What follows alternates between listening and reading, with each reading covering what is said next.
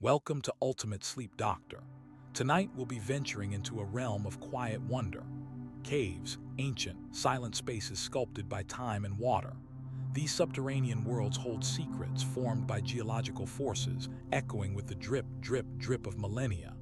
They're living maps of our planet's history, cool and dark, holding the stillness of the earth within. Consider the immense patience of the stone, the slow dance of erosion, a reminder of the enduring rhythms of nature. If you find these explorations soothing, please consider liking this video and subscribing to Ultimate Sleep Doctor. Together, we can soothe more wandering minds, one peaceful night at a time. Just breathe. Let your thoughts drift. Let's begin. The earth beneath our feet isn't a solid, unchanging block.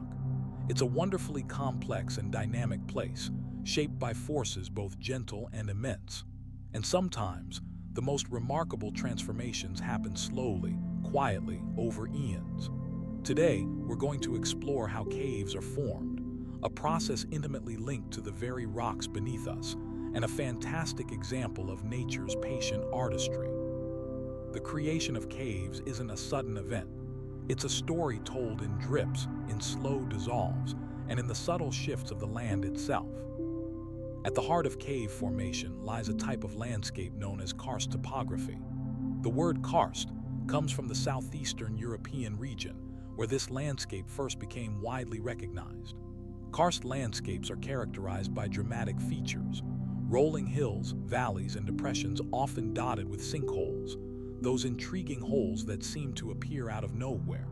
But beneath the surface, this seemingly chaotic terrain is governed by a remarkably consistent process.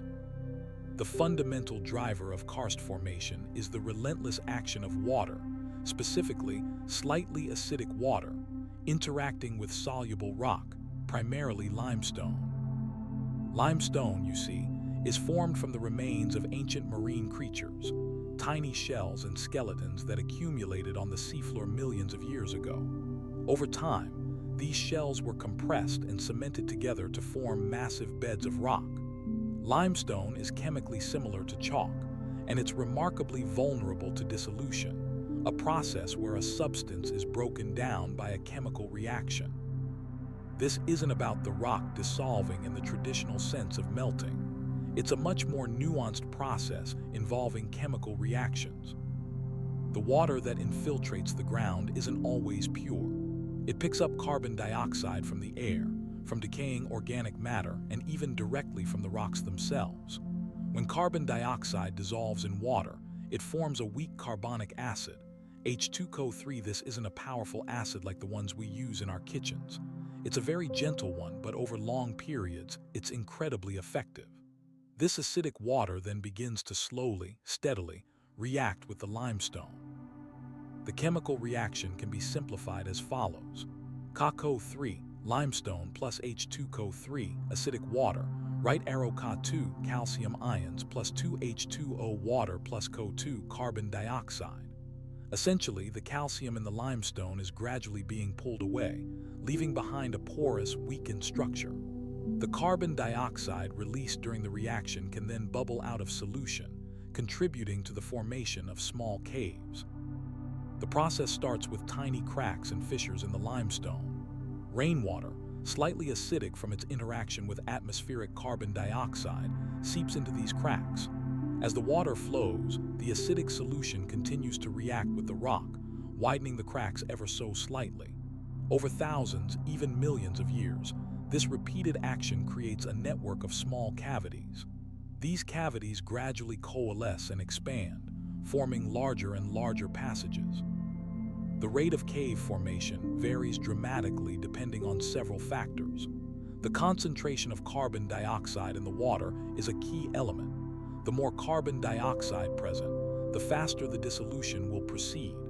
Similarly, the amount of rainfall significantly influences the process. Areas with consistently high rainfall will experience faster cave formation compared to regions with drier climates. Temperature also plays a role. Warmer temperatures slightly increase the solubility of limestone in water. Furthermore, the geological structure of the limestone itself impacts the process. Layers of limestone with varying degrees of permeability, how easily water can flow through them, will create different patterns of cave development. Some areas may exhibit a series of interconnected passages, while others may have isolated chambers. The presence of fractures and faults in the rock can also create pathways for water to flow and accelerate the dissolution process. The development of caves is often associated with what's called a streamway. Initially, the acidic water flows as a relatively concentrated stream, aggressively dissolving the surrounding rock. As the cave system grows, the flow of water becomes more diffuse, spreading out and creating a wider network of passages. This streamway represents the primary channel through which the dissolution process occurs. Over immense timescales, these streamways can evolve into complex, interconnected cave systems. Some caves have even been formed through a process known as speleothem formation. As the water continues to dissolve the limestone, it creates voids. Air enters these voids, and over time, the air freezes and thaws, depositing calcite, a form of calcium carbonate, onto the walls and ceilings of the cave. These calcite deposits form the beautiful stalactites, hanging from the ceiling, and stalagmites, rising from the floor, that we so often admire in caves. It's important to remember that cave formation is not a destructive process in the strictest sense. The limestone isn't simply being erased, it's being transformed into a different state, a porous, hollowed-out structure. The original rock still exists, but it's no longer a solid, continuous mass. The caves represent a shift in form, a testament to the power of water and time. The landscapes shaped by karst topography, the sinkholes, the valleys, the caves themselves, are incredibly fragile. They are sensitive to changes in land use, such as deforestation or construction, as these activities can alter water flow patterns and accelerate the rate of erosion. Conservation efforts are crucial to protect these remarkable landscapes and the unique cave systems they contain. The next time you see a sinkhole, or perhaps even visit a cave, remember the quiet, persistent work of water and the extraordinary story of how these subterranean wonders came to be. The cave air hangs cool and still, a silence broken only by the gentle drip, drip, drip of water. It's a sound that has been shaping this place for countless years, a tiny sculptor working tirelessly to create the magnificent formations you see around you. We've already learned how the limestone bedrock, over millions of years, began to dissolve, creating the vast underground spaces. Now, let's delve deeper into the beautiful and intricate shapes that adorn these spaces, the stalagmites and stalactites. These aren't simply pretty decorations. They're the physical embodiment of a remarkably slow and persistent process, a story etched in calcium carbonate. Stalactites hang downwards from the ceiling, their names playfully derived from the Greek words stalactos, meaning dropping from the ceiling. Their formation begins with rainwater, which is slightly acidic due to dissolved carbon dioxide from the air and the limestone itself. This acidic water seeps through cracks and fissures in the cave roof. As it flows, it's carrying dissolved calcium carbonate, the very building block of limestone. This calcium carbonate isn't actually in the water in a significant amount. It's primarily in the form of microscopic, dissolved ions. The water's acidity essentially acts like a tiny solvent, gradually pulling the calcium carbonate out of the rock. The process is incredibly delicate. The water flows over the edges of the cracks and fissures, and because of the flow, the concentration of calcium carbonate closest to the drip point is higher than the concentration further away. This difference in concentration is key. The calcium carbonate precipitates, meaning it changes from a dissolved state back into a solid form, primarily as calcite crystals. These tiny calcite crystals then accumulate, one atom at a time, slowly building up the stalactite's shape. It's a process that can take hundreds, even thousands of years to create even a small stalactite. The rate of growth is heavily influenced by several factors, most importantly, the amount of water dripping and the temperature of the cave. Stalagmites, conversely, rise upwards from the ground. They are formed in a remarkably similar way, but their development takes place on the floor of the cave.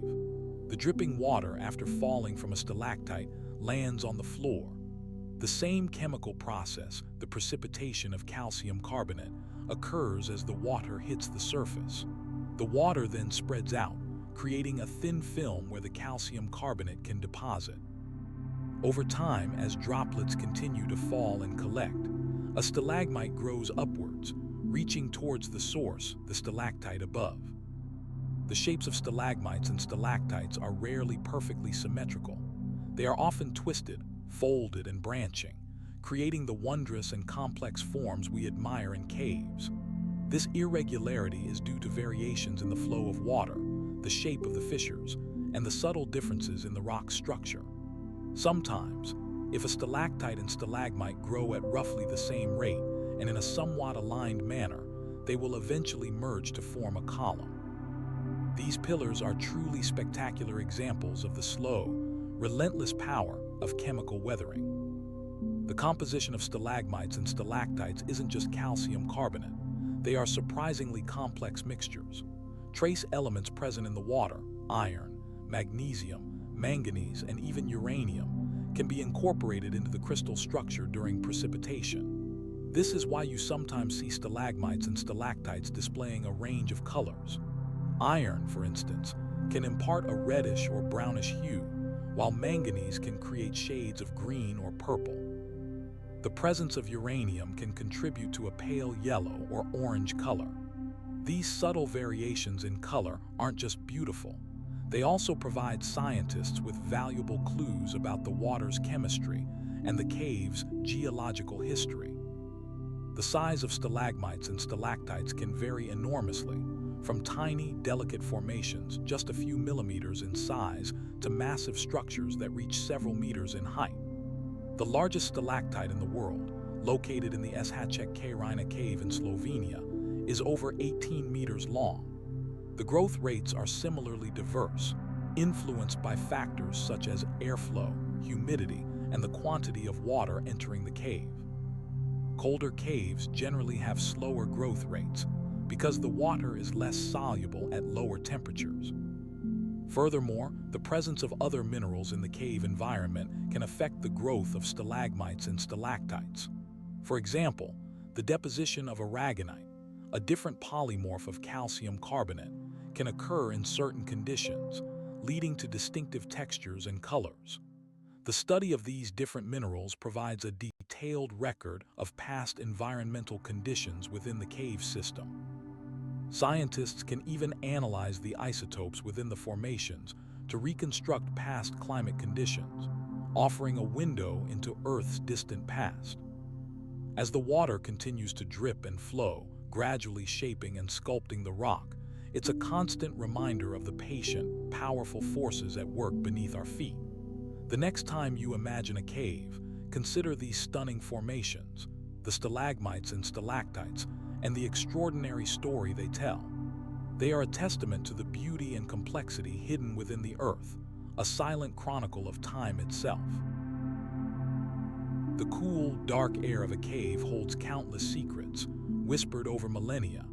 While stalagmites and stalactites are perhaps the most instantly recognizable formations within a cave's embrace, a far more subtle and complex sculpture operates beneath our immediate perception: flowstone.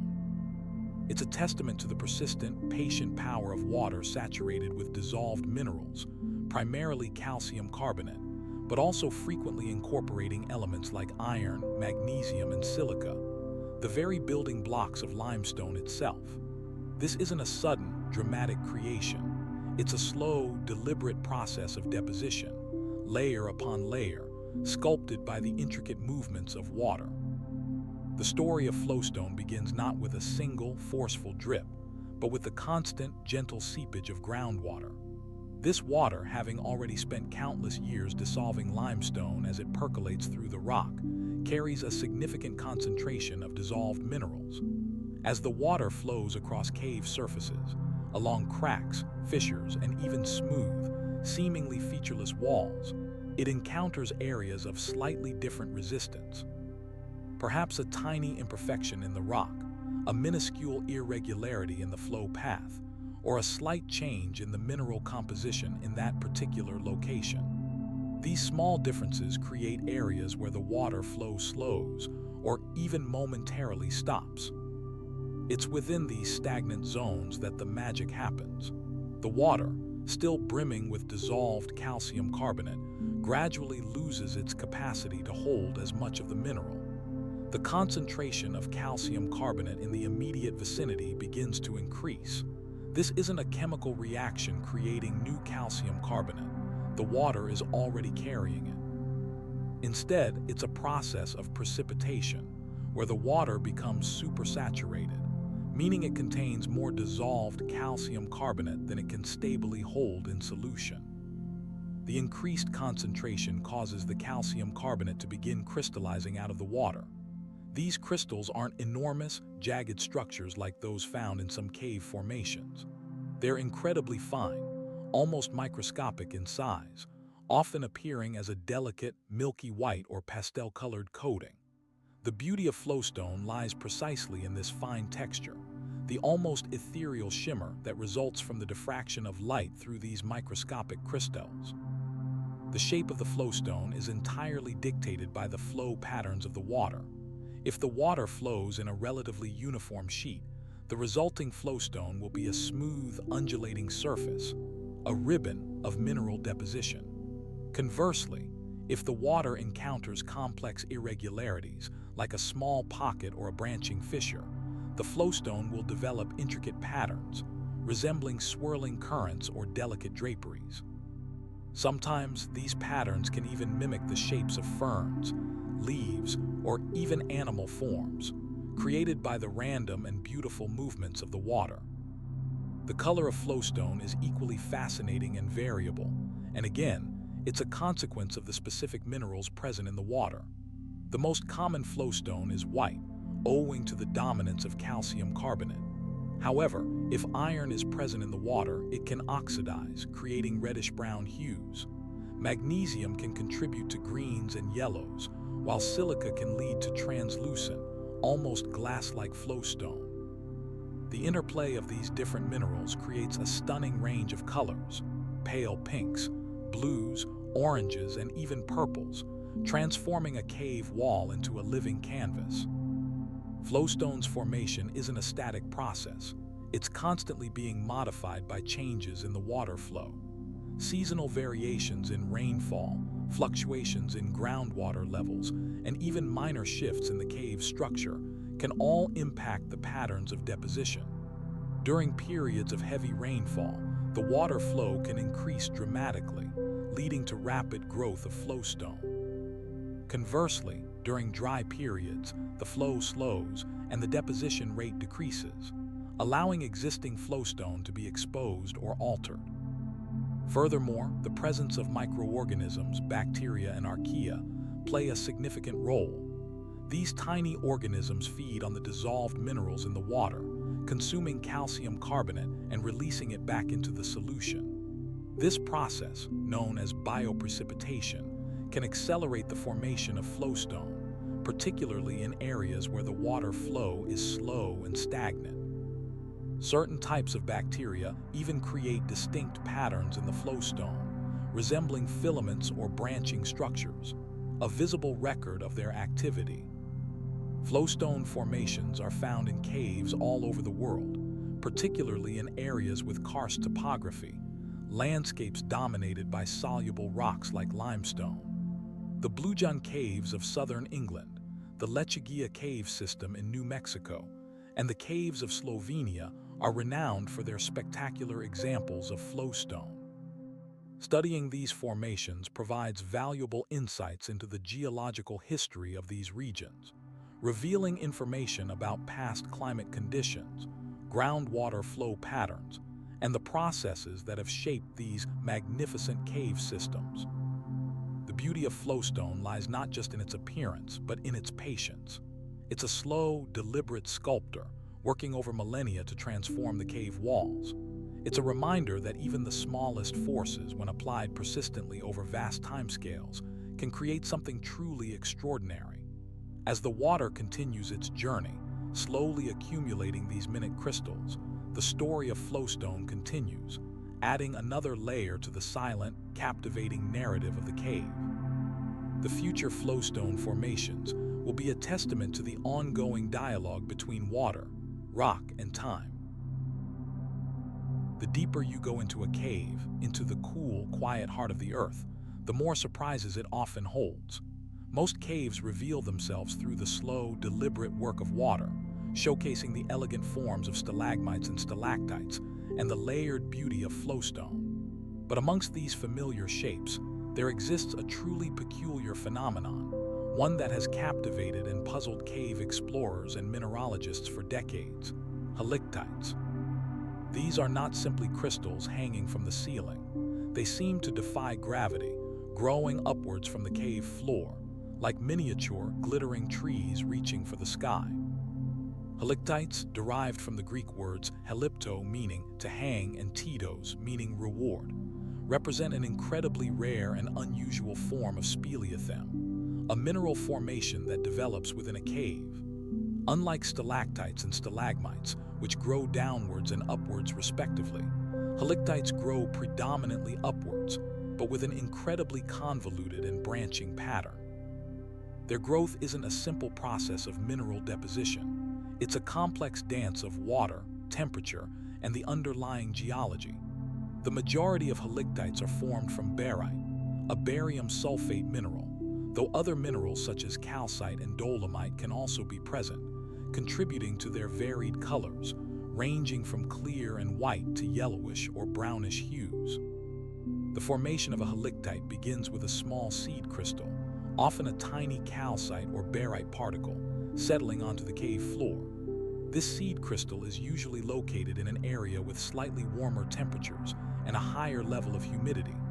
The water percolating through the limestone bedrock is rich in dissolved minerals, primarily calcium carbonate, but also barium, strontium, and other trace elements. The water doesn't simply drip and form a stalactite.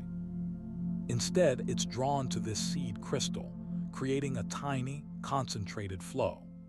The temperature in these localized areas can be noticeably higher than the surrounding cave environment, even just a degree or two, due to the heat retained by the stone. This warmer water, while still cool compared to surface temperatures, is sufficient to slightly accelerate the rate of mineral deposition around the seed crystal. More importantly, the water tends to follow the path of least resistance, seeking out the smallest cracks and fissures in the surrounding rock.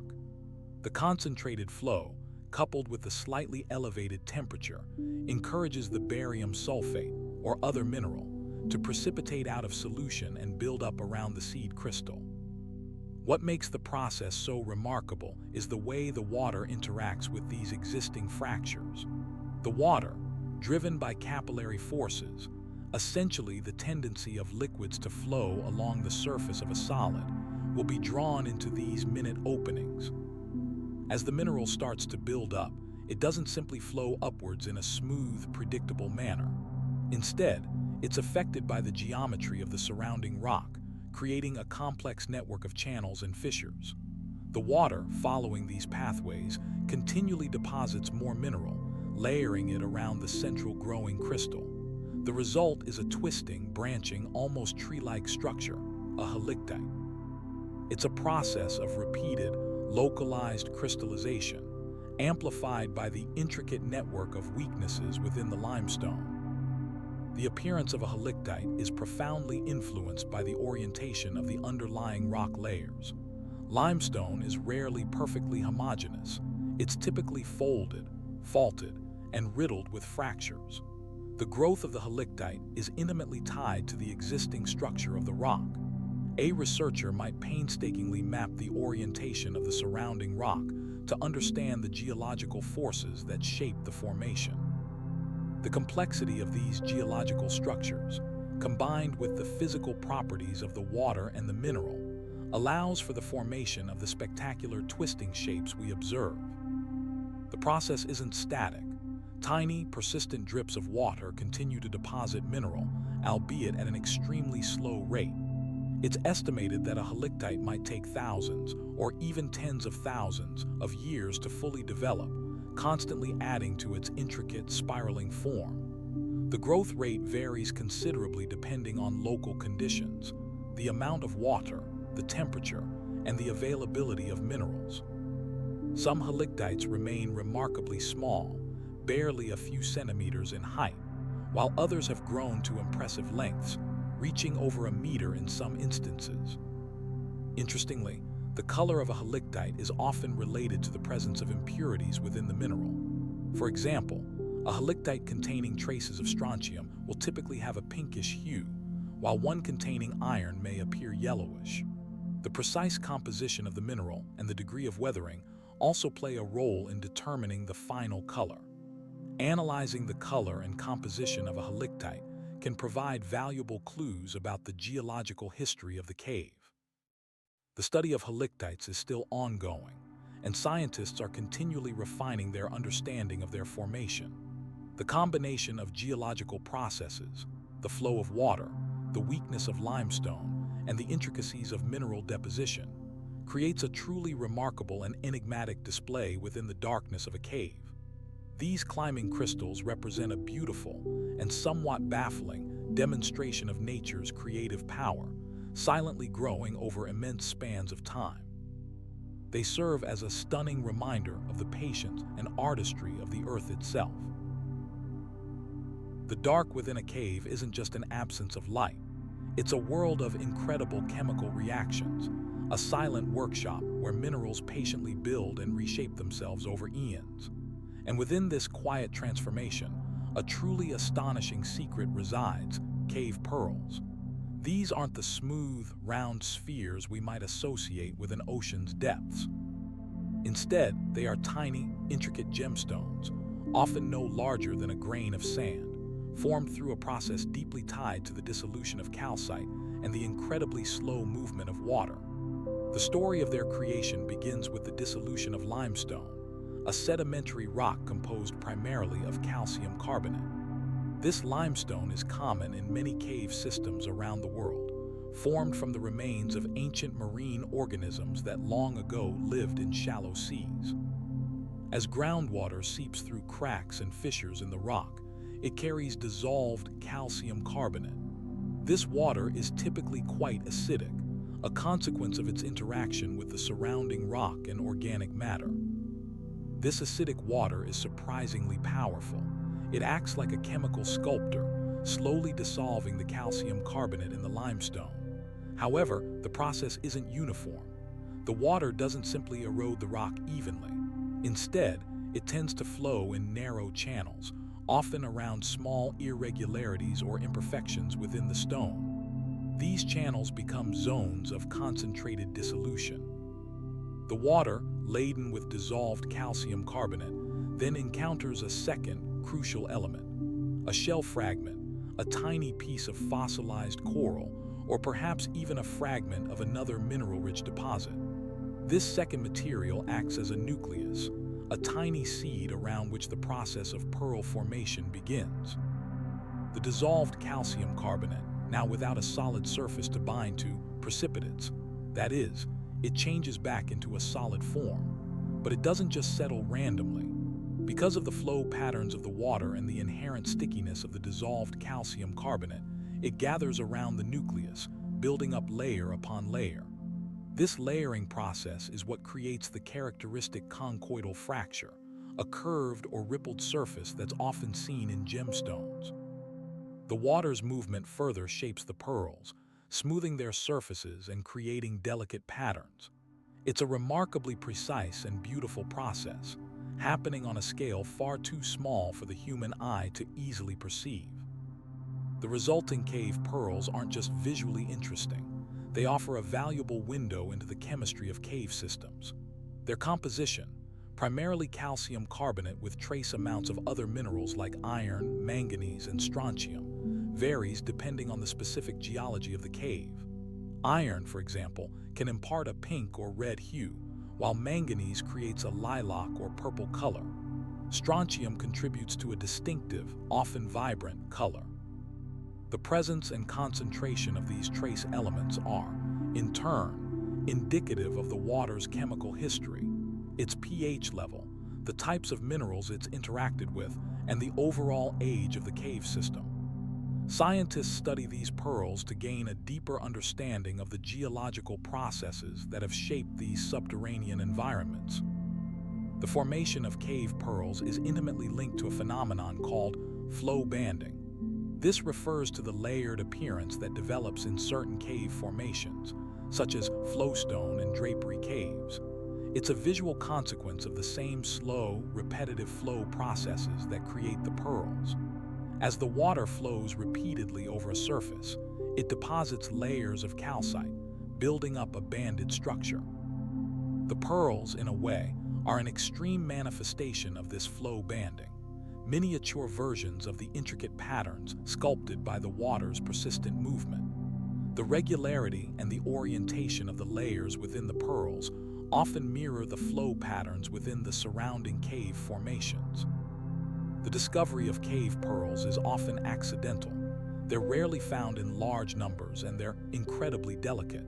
They're typically unearthed during cave exploration or sometimes revealed by changes in groundwater levels. Removing them from the cave is a delicate operation. The pearls are incredibly fragile, and any rough handling can easily damage or destroy them. Specialized tools and techniques are used to carefully excavate them, ensuring their preservation. Their location is meticulously documented, and photographs are taken to record their precise position within the cave.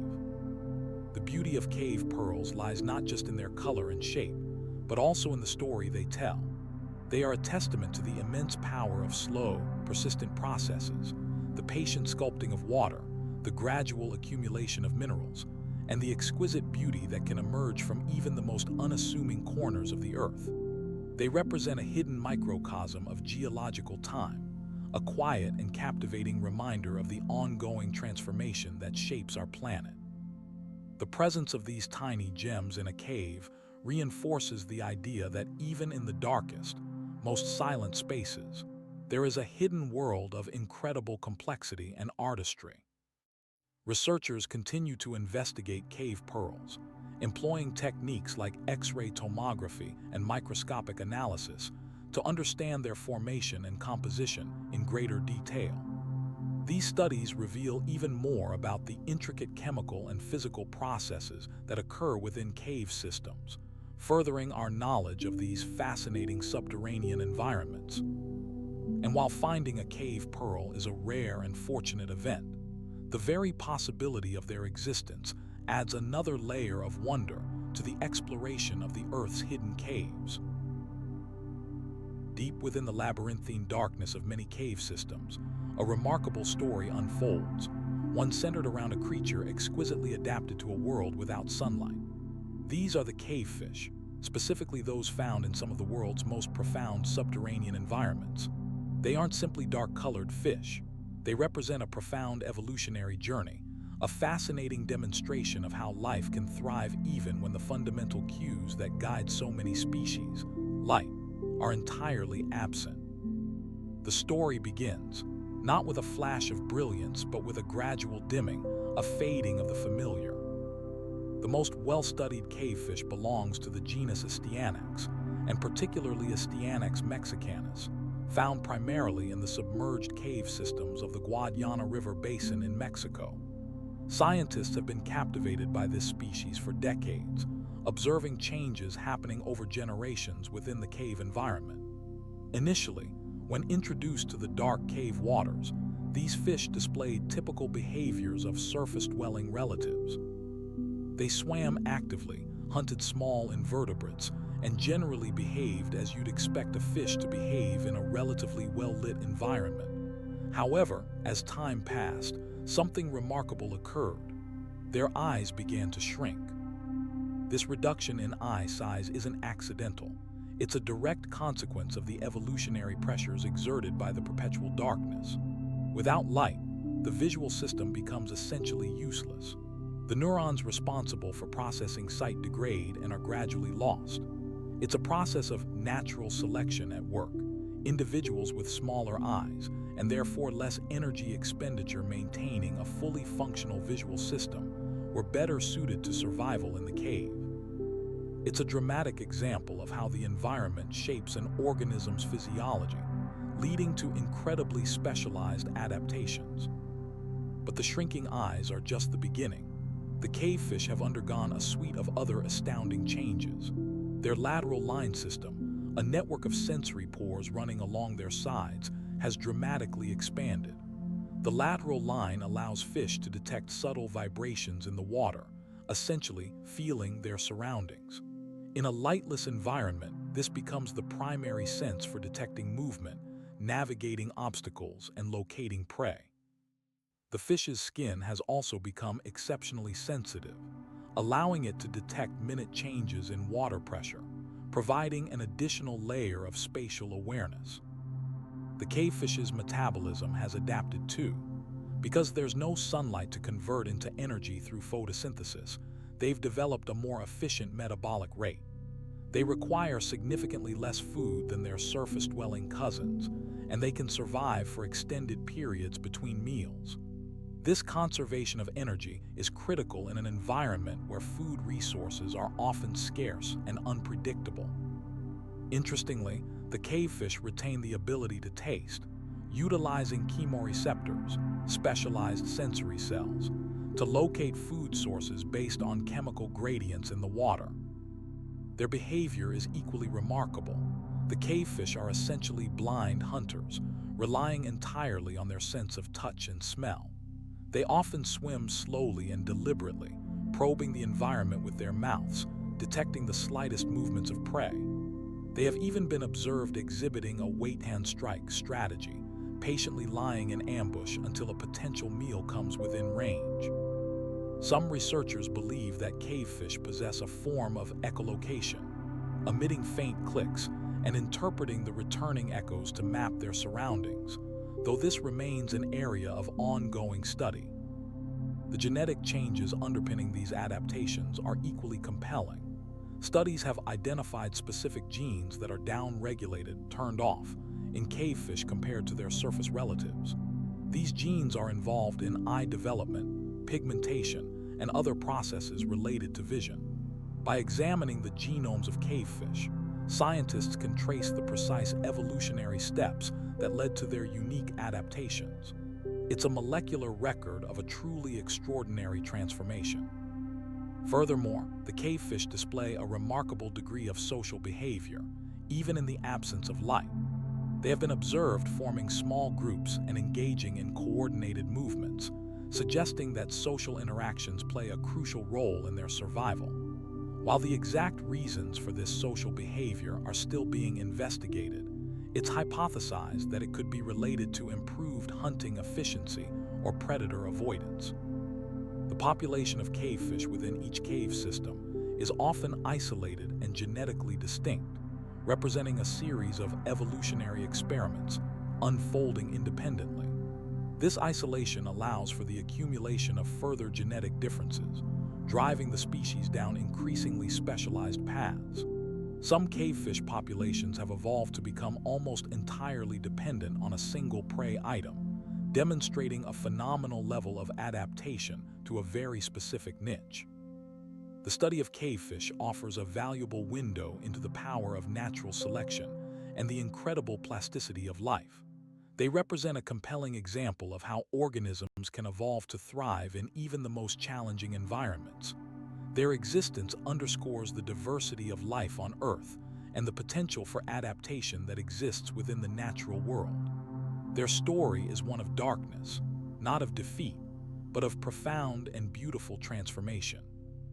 These remarkable creatures, born in the echoing silence of the caves, continue to inspire scientists and captivate the imagination, reminding us that even in the absence of light, life finds a way. The darkness within cave streams isn't simply a lack of light. It's a world sculpted by time, pressure, and the extraordinary adaptations of its inhabitants. These subterranean rivers and pools aren't just water flowing through rock. They're complex, self-contained ecosystems, often harboring astonishing communities of invertebrates, primarily crustaceans, that have evolved in isolation for perhaps millions of years. Unlike the bustling rivers and lakes above ground, cave streams are silent, slow, and remarkably stable. The water flow is incredibly gentle, rarely exceeding a few centimeters per second, and the temperature remains consistently cool, often hovering just above freezing, regardless of the seasonal temperatures outside. This stability is key to the unique biological processes unfolding within. The most common crustaceans found in these cave streams are amphipods, tiny, shrimp-like creatures that come in a dazzling array of colors and shapes. Some species, like Cavia microphthalma, a particularly fascinating amphipod from the Skokjan caves in Slovenia, have completely lost their eyes. This blindness is a direct consequence of their environment. There's absolutely no light, and visual cues are utterly useless. Instead, these amphipods have evolved highly sensitive antennae, exquisitely adapted to detect vibrations in the water. They essentially feel their surroundings, navigating the dark waters by sensing the movement of other organisms, the subtle shifts in water currents, and even the presence of food. Their legs are also proportionally longer and more robust, allowing them to scuttle quickly across the stream bed and cling to rocks. But the adaptations don't stop there. Many cave amphipods possess specialized mouthparts designed for scraping algae and bacteria off the rocks and the shells of dead invertebrates. These bacteria are the foundation of the food web, a tiny, persistent community of microorganisms that thrive in the nutrient-rich, dark waters. The amphipods, in turn, are preyed upon by larger invertebrates, like aquatic insect larvae, particularly mayflies and stoneflies, and occasionally by other amphipods. This creates a delicate, interwoven food chain, entirely dependent on the energy captured from the bacteria. The composition of the stream bed itself plays a crucial role. Unlike most streams, cave streams rarely have a significant sediment load. The constant flow, combined with the gradual erosion of the limestone rock, keeps the stream beds remarkably clean. This lack of debris allows the bacteria to flourish, and it also creates a more favorable environment for the amphipods. Furthermore, the limestone bedrock itself provides a substrate for the growth of algae, offering a consistent food source for the crustaceans. Interestingly, the population density of these cave crustaceans can fluctuate dramatically, often tied to the annual cycle of the surrounding cave. During the winter months, when temperatures drop significantly, many amphipods enter a state of dormancy, essentially slowing their metabolism to a barely perceptible level. They burrow into the sediment or hide beneath rocks, waiting for the warmer temperatures of spring. This seasonal freeze-thaw cycle profoundly impacts the entire ecosystem, triggering bursts of activity as the amphipods reawaken and begin feeding again. The study of cave crustacean ecology offers a unique window into evolutionary processes. Because these organisms have been isolated from the surface world for so long, they represent living laboratories for studying adaptation and speciation. The differences in morphology, behavior, and genetics between surface amphipods and their cave-dwelling cousins are astounding. Scientists believe that many of these cave species are relics of ancient lineages, descended from organisms that lived millions of years ago. Their survival is a testament to the incredible resilience of life and the power of isolation to drive evolutionary change. Beyond the amphipods, other crustaceans such as sculphy and isopods, roly-polies, can also be found in certain cave streams, though they are less common. These creatures, with their distinctive segmented bodies and various methods of locomotion, further diversify the invertebrate community. Some isopods, for instance, are adapted to burrowing within the sediment, contributing to the intricate structure of the stream bed and playing a role in nutrient cycling. The water chemistry of cave streams is also remarkably stable and differs significantly from surface waters. Because the limestone bedrock constantly dissolves, the water is extremely rich in dissolved calcium carbonate. This contributes to the formation of the cave pearls, the tiny calcium carbonate formations that sometimes line the stream beds. The crustaceans utilize this calcium carbonate in the construction and maintenance of their exoskeletons, highlighting a critical link between their biology and the geological environment. Research into cave stream ecology isn't just about understanding individual species. It's about understanding entire, self-sustaining ecosystems. These cave streams represent miniature worlds, operating independently of the surface, showcasing the adaptability of life in extreme environments. The study of these organisms provides valuable insights into the complex processes that shape biodiversity and the potential for life to exist in seemingly inhospitable places. As we continue to explore and understand these hidden ecosystems, we gain a deeper appreciation for the interconnectedness of life on Earth and the remarkable ways in which organisms can thrive, even in the darkest of places. The next time you imagine a quiet stream, consider the intricate world hidden beneath the surface, a world populated by tiny, blind creatures, sculpted by time, and utterly captivating in its isolation. The deeper you venture into a cave system, beyond the reach of sunlight, a completely different world begins to reveal itself. It's a world often characterized by a profound quiet, broken only by the occasional drip of water, and in some of the largest, most intricate cave networks, the fluttering of wings. Cave bats aren't simply animals that happen to live in caves. They've evolved a remarkable and intricate relationship with these dark spaces, displaying behaviors and adaptations unlike those seen in their surface-dwelling relatives. Their survival depends almost entirely on their ability to navigate and hunt within a realm devoid of light, and the techniques they've developed are truly astonishing. These bats, typically belonging to the family Vespertilionidae, the evening bats, represent a diverse group with varying sizes and feeding habits. Some, like the Brazilian free-tailed bat, are found in massive colonies, numbering in the millions, while others exist in smaller, more dispersed groups. Regardless of their social structure, a common thread runs through their lives: a sophisticated use of echolocation. Echolocation is essentially a bat's sonar.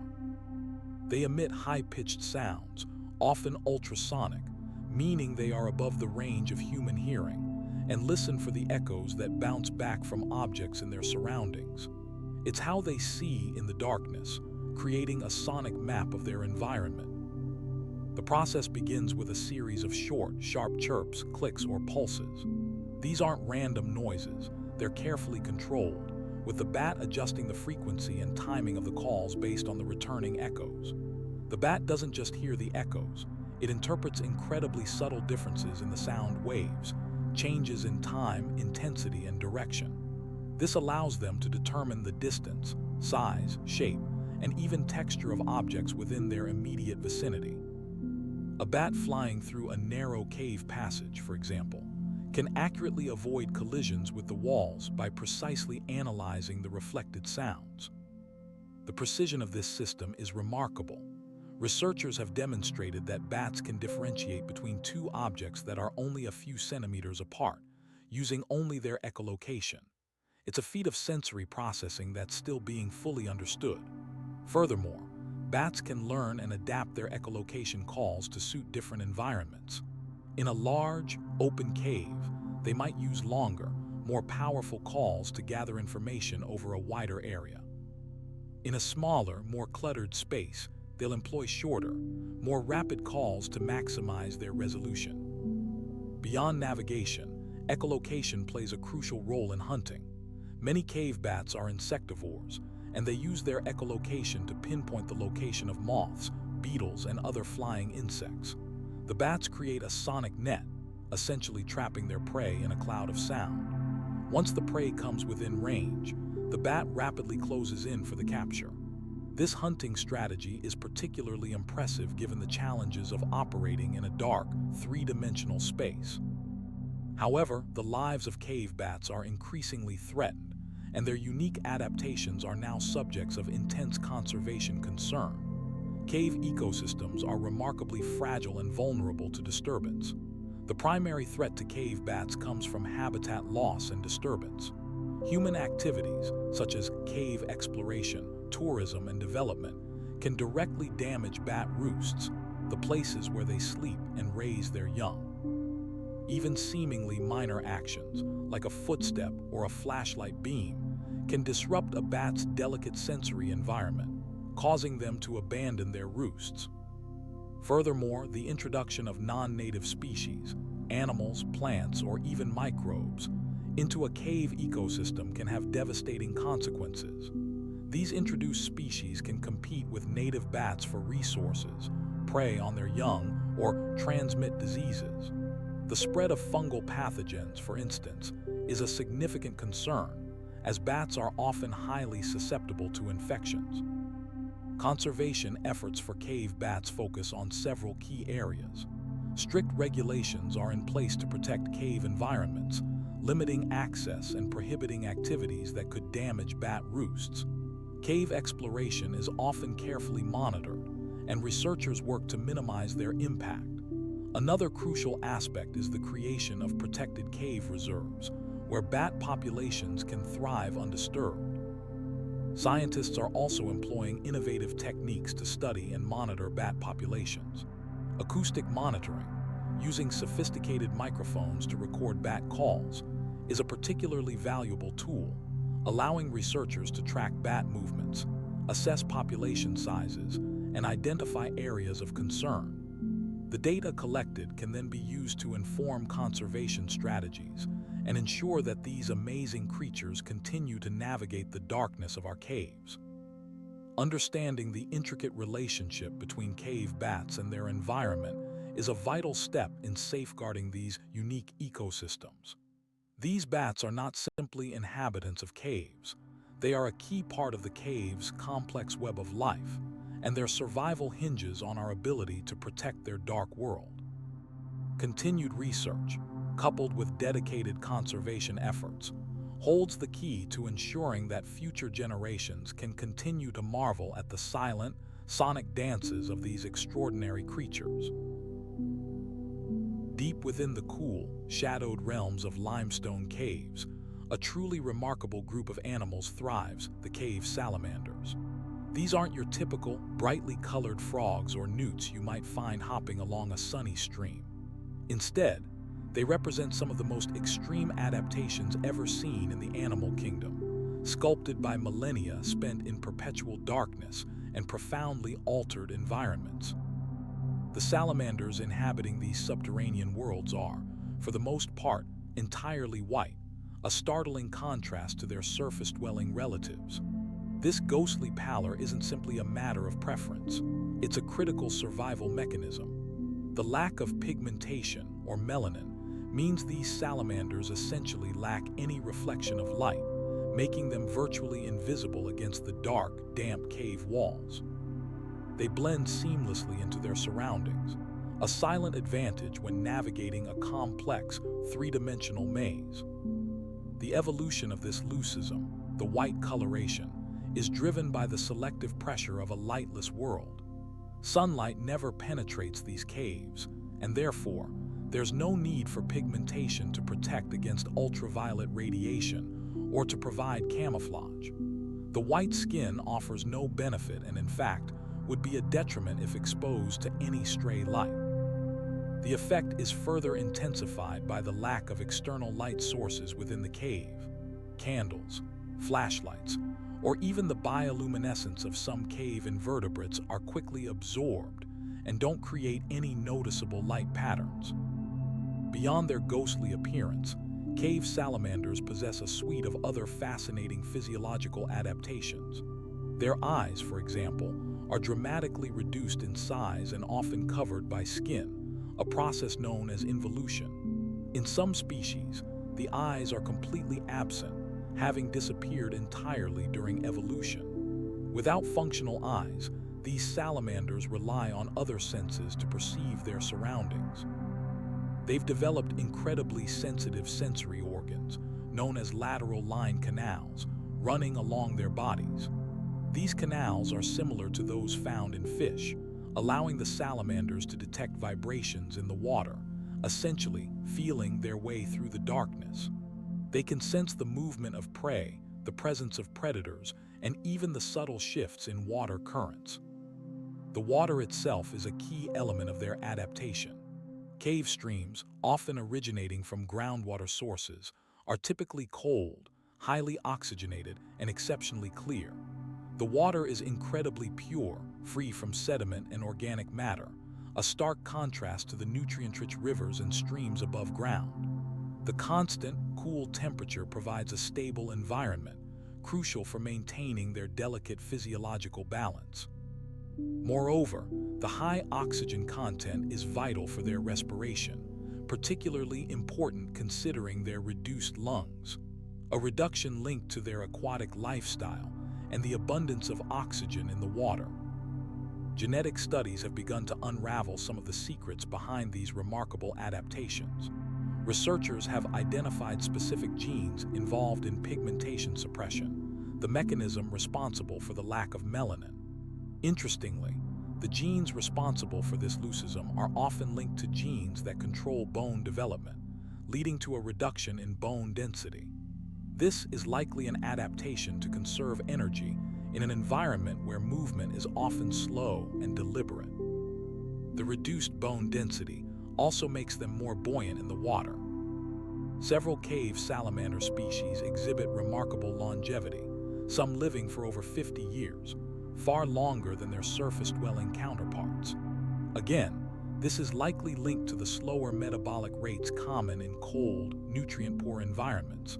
A slower pace of life requires fewer resources and reduces the risk of cellular damage caused by oxidative stress. The genetic basis for this extended lifespan is still being investigated, but preliminary research suggests that certain genes involved in DNA repair and cellular senescence may play a significant role. The Texas cave salamander, Eurycia rathbuni, offers a particularly compelling case study. This species is critically endangered, and its entire population is confined to a single cave system in Texas. Scientists have discovered that this salamander possesses a unique genetic makeup, exhibiting a particularly high level of genetic diversity compared to other cave salamander species. This diversity may be a result of genetic drift, the random fluctuation of gene frequencies in small populations, compounded by the harsh selective pressures of the cave environment. Furthermore, the cave salamander genome contains several genes that are completely absent in surface salamander genomes. These cave-specific genes likely evolved to cope with the unique challenges of the subterranean world, perhaps related to sensory perception, metabolism, or stress response. The study of these genes provides valuable insights into the evolutionary processes that shape life in extreme environments. It's important to understand that cave salamanders are incredibly sensitive to changes in their environment. Even minor fluctuations in water temperature, pH levels, or the introduction of foreign substances can have devastating consequences for their survival. Their fragile ecosystems are easily disrupted, highlighting the importance of conservation efforts. Protecting these hidden worlds and the incredible animals that call them home is a vital responsibility. The continued study of cave salamanders, particularly through genetic research, will undoubtedly reveal even more astonishing adaptations and contribute to our understanding of the remarkable plasticity of life on Earth. The future of these silent, ghostly creatures hangs in the balance, a reminder of the hidden wonders and delicate balance of life within the darkness. The darkness within caves isn't an empty void. It's a world teeming with life, a hidden kingdom built not on sunlight, but on moisture, minerals, and the decaying remains of creatures long gone. While the dramatic stories of cave bears and the fluttering bats often capture our attention, a far more numerous and intricate ecosystem thrives beneath the surface. This is the realm of cave invertebrates, tiny animals like mites, springtails, beetles, and nematodes, who have adapted in astonishing ways to life without light. These creatures, largely unseen by human eyes, form the base of the cave food web, silently processing organic matter and fueling the survival of other cave dwellers. The first inhabitants of these dark spaces were likely bacteria and fungi, opportunistic organisms that feed on the slow decomposition of fallen leaves and wood that occasionally made their way into the cave system. As these organisms multiplied, they created a rich source of nutrients. Then came the invertebrates, drawn to this bounty. Mites, for example, are incredibly diverse.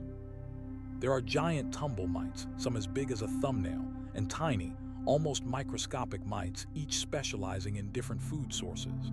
Some mites feast on bat guano, the droppings of cave bats, a surprisingly rich and concentrated source of energy.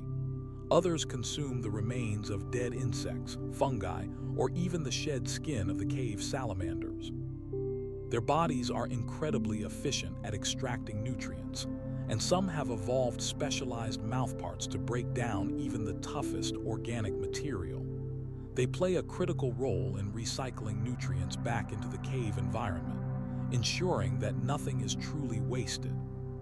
Springtails, also known as columbolans, are another group of invertebrates commonly found in caves. These tiny, segmented creatures are remarkably resilient, capable of surviving incredibly dry periods by entering a state of dormancy called tun. They are adept at scavenging and are particularly important in breaking down fungal hyphae, the thread-like structures that make up fungal networks. Without springtails, the growth of fungi within the cave would quickly overwhelm the system. Their ability to jump short distances, propelled by tiny legs, is a fascinating adaptation to navigate the uneven surfaces of the cave floor. Beyond mites and springtails, the cave beetle community is a surprisingly significant part of the ecosystem. Unlike their sun-loving cousins, cave beetles have undergone a complete transformation. They've lost their eyes, a crucial adaptation to life in perpetual darkness.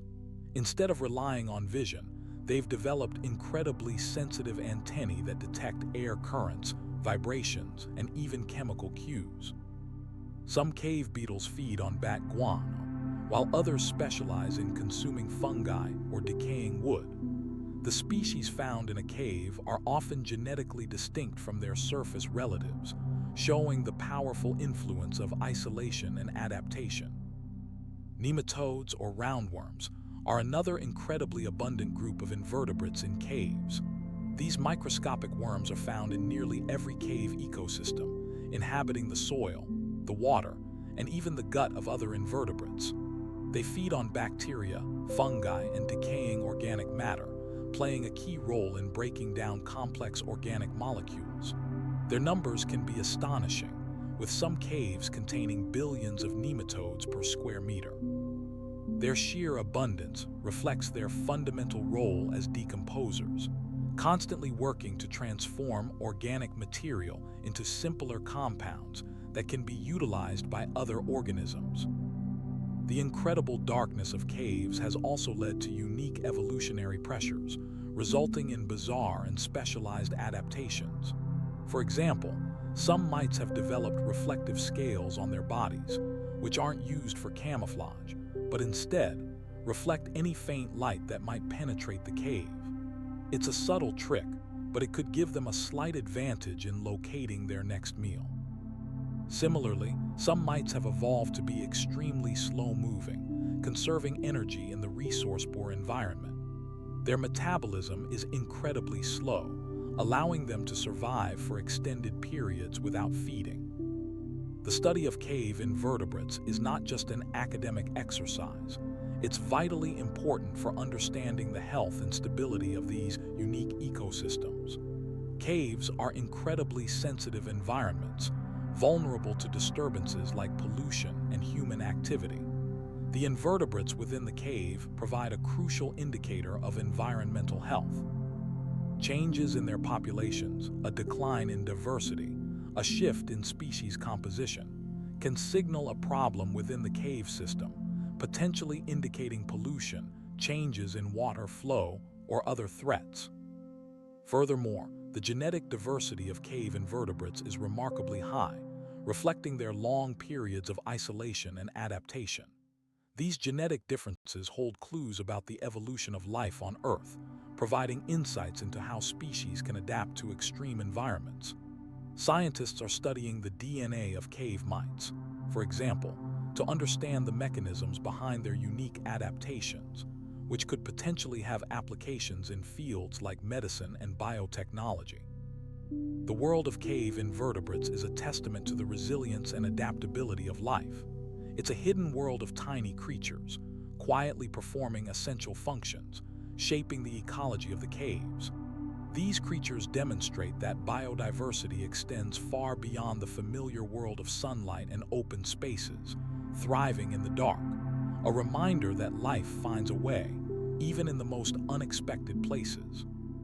The next time you're exploring a cave, remember the silent, unseen kingdom beneath your feet, a world of remarkable creatures, perfectly adapted to their dark and mysterious realm.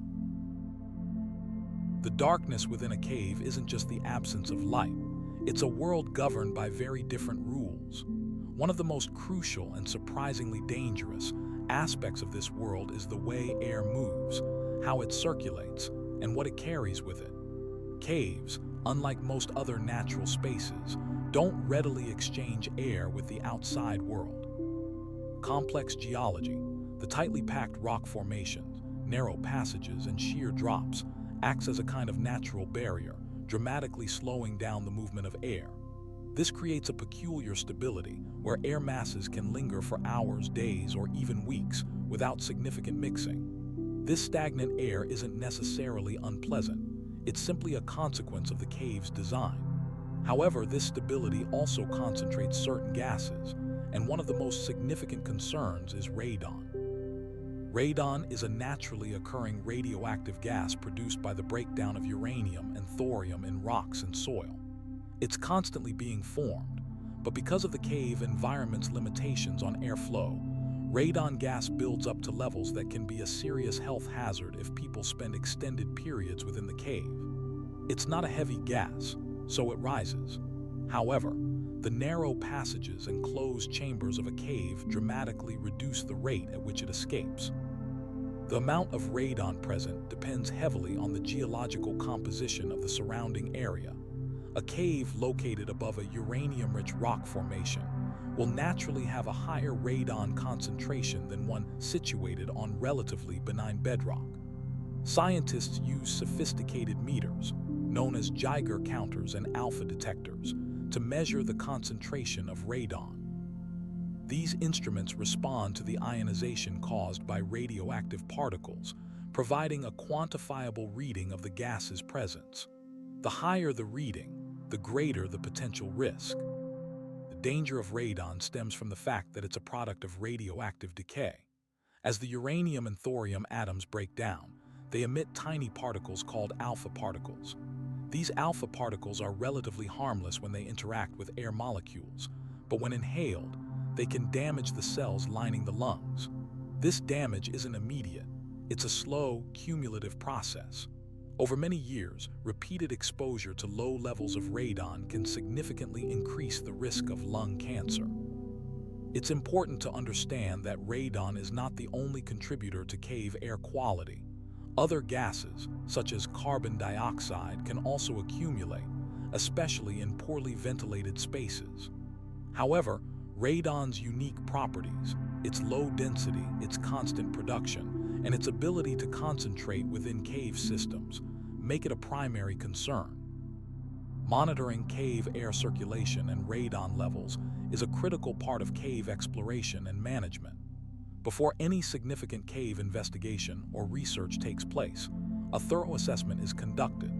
This begins with mapping the cave system, documenting its geometry, and identifying potential airflow pathways. Scientists utilize techniques like airflow modeling, which uses computer simulations to predict how air will move through the cave based on its physical characteristics. These models help to identify areas where radon might accumulate and suggest strategies for ventilation. Another valuable tool is the use of pressure sensors. By placing sensors at various points within the cave, researchers can track changes in air pressure, which is directly related to air movement. Beyond simple measurements, researchers often employ passive radon monitors. These devices, often incorporating a short-lived radioactive isotope, provide continuous long-term radon readings without requiring external power. The data collected can reveal subtle variations in radon concentration over time, offering invaluable insights into the cave's ventilation patterns.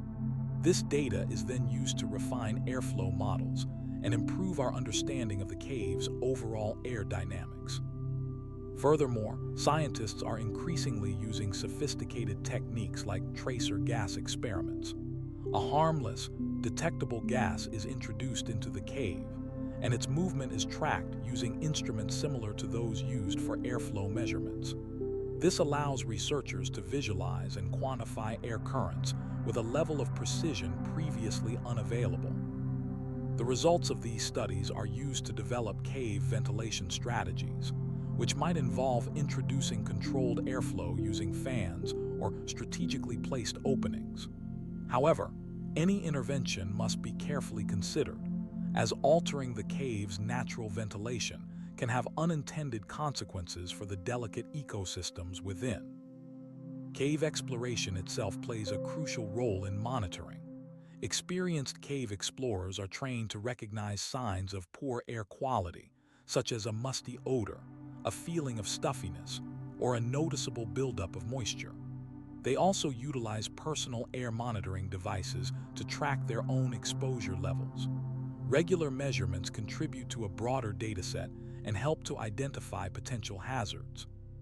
Cave management organizations often establish protocols for limiting access to specific areas, particularly those with elevated radon levels. These protocols might restrict the duration of visits, the number of people allowed in a given area, or require the use of personal breathing apparatus in certain situations. The ongoing research into cave air circulation and radon gas is a testament to our growing understanding of these complex, hidden environments. It's not simply about preventing harm, it's about fostering a responsible approach to cave exploration and conservation. Protecting the integrity of cave ecosystems demands a deep appreciation for the subtle forces that shape them, forces like air, and the invisible dangers it can carry. Future advancements in sensor technology, combined with a greater emphasis on cave monitoring, will undoubtedly lead to even more effective strategies for safeguarding these remarkable and fragile spaces. The goal is to ensure that future generations can continue to marvel at the beauty and wonder of caves, while minimizing the risks associated with their unique and often challenging environments. The darkness within a cave isn't simply a lack of light. It's a world governed by a remarkably different set of rules when it comes to temperature. While the surface world is constantly fluctuating between the heat of the sun and the chill of the night, caves often maintain surprisingly stable temperatures, sometimes quite warm, and occasionally startlingly cold. This stability isn't random, but the result of complex geological processes working beneath the surface. The key lies in the interplay between rock types, groundwater circulation, and in some cases, directly measurable geothermal activity. Caves aren't uniform in their temperature. Instead, you'll find distinct zones, sometimes just a few degrees apart, that illustrate this principle. The warmest areas aren't always found in the largest cave passages. Instead, they're frequently situated near the cave's entrance or nestled within passages carved by flows of warm groundwater. This warm water, unlike the cool surface water that typically enters the cave, originates deep below the ground, often from fractured rock formations. The rock itself acts like a giant sponge absorbing heat from the Earth's interior. This heat is generated by radioactive decay of minerals deep within the Earth. Uranium, thorium, and potassium are the most common culprits. These elements, present in small quantities, steadily release energy as they break down, creating a slow but persistent warming effect. The type of rock the cave is formed in profoundly affects the temperature. Limestone, which is incredibly common in many caves, is relatively poor at retaining heat. It's porous and permeable, meaning water can flow through it easily. Consequently, the warm groundwater as it percolates through the limestone doesn't significantly raise the cave's temperature. However, in areas where the limestone is fractured or layered, the water flow can be concentrated, creating localized warm zones. Then there are caves carved through basalt, a dense, dark volcanic rock. Basalt is a phenomenal heat conductor, far more effective than limestone. Warm groundwater flowing through basaltic cave passages can maintain considerably higher temperatures for extended periods, creating remarkable thermal refuges. Furthermore, the way water flows through a cave system dramatically influences the temperature distribution. Caves aren't simply conduits for water. They are complex networks of channels, tunnels, and chambers. Water might enter the cave through a narrow fissure, flow along a relatively straight channel, and then diverge into a series of smaller passages. This branching pattern can create zones where water flow is concentrated, leading to warmer areas. Conversely, areas where water flow is restricted, perhaps by a constricting rock formation or a blocked passage, will tend to be cooler. The cave system itself, in effect, acts as a natural heat distribution network. The influence of geothermal activity adds another layer of complexity. This isn't always visible. You won't see billowing steam or bubbling pools. In some caves, geothermal heat is so subtle that it's only detectable through careful measurement. However, in a few exceptional cases, active geothermal systems have been identified within caves. These typically manifest as warm water springs or streams emerging from the cave floor. The water temperature in these areas can be surprisingly high, often significantly warmer than the surrounding cave environment. The presence of these springs is directly linked to faults or fissures in the rock where magma has risen to the surface. As the magma cools, it releases heat, which then warms the groundwater, ultimately influencing the temperature of the cave passages nearby. Scientists use several techniques to monitor these thermal anomalies. One common method involves installing temperature sensors within the cave. These sensors record the temperature at regular intervals, allowing researchers to track changes over time. Another technique involves measuring the heat flow through the cave walls. This is achieved by placing thermometers on the exterior of the cave and comparing their readings to those inside. Significant differences in temperature suggest that heat is flowing through the rock. Radiometric surveys, measuring the natural radioactivity of the rock, are also utilized to understand the heat source within the earth. Beyond simple heat transfer, the composition of the groundwater itself plays a role. Groundwater rich in dissolved minerals, particularly salts, can absorb and retain heat more effectively than water lacking these dissolved substances. The dissolved minerals essentially act as a kind of thermal blanket, helping to maintain a relatively constant temperature. The study of cave temperatures isn't just an academic exercise.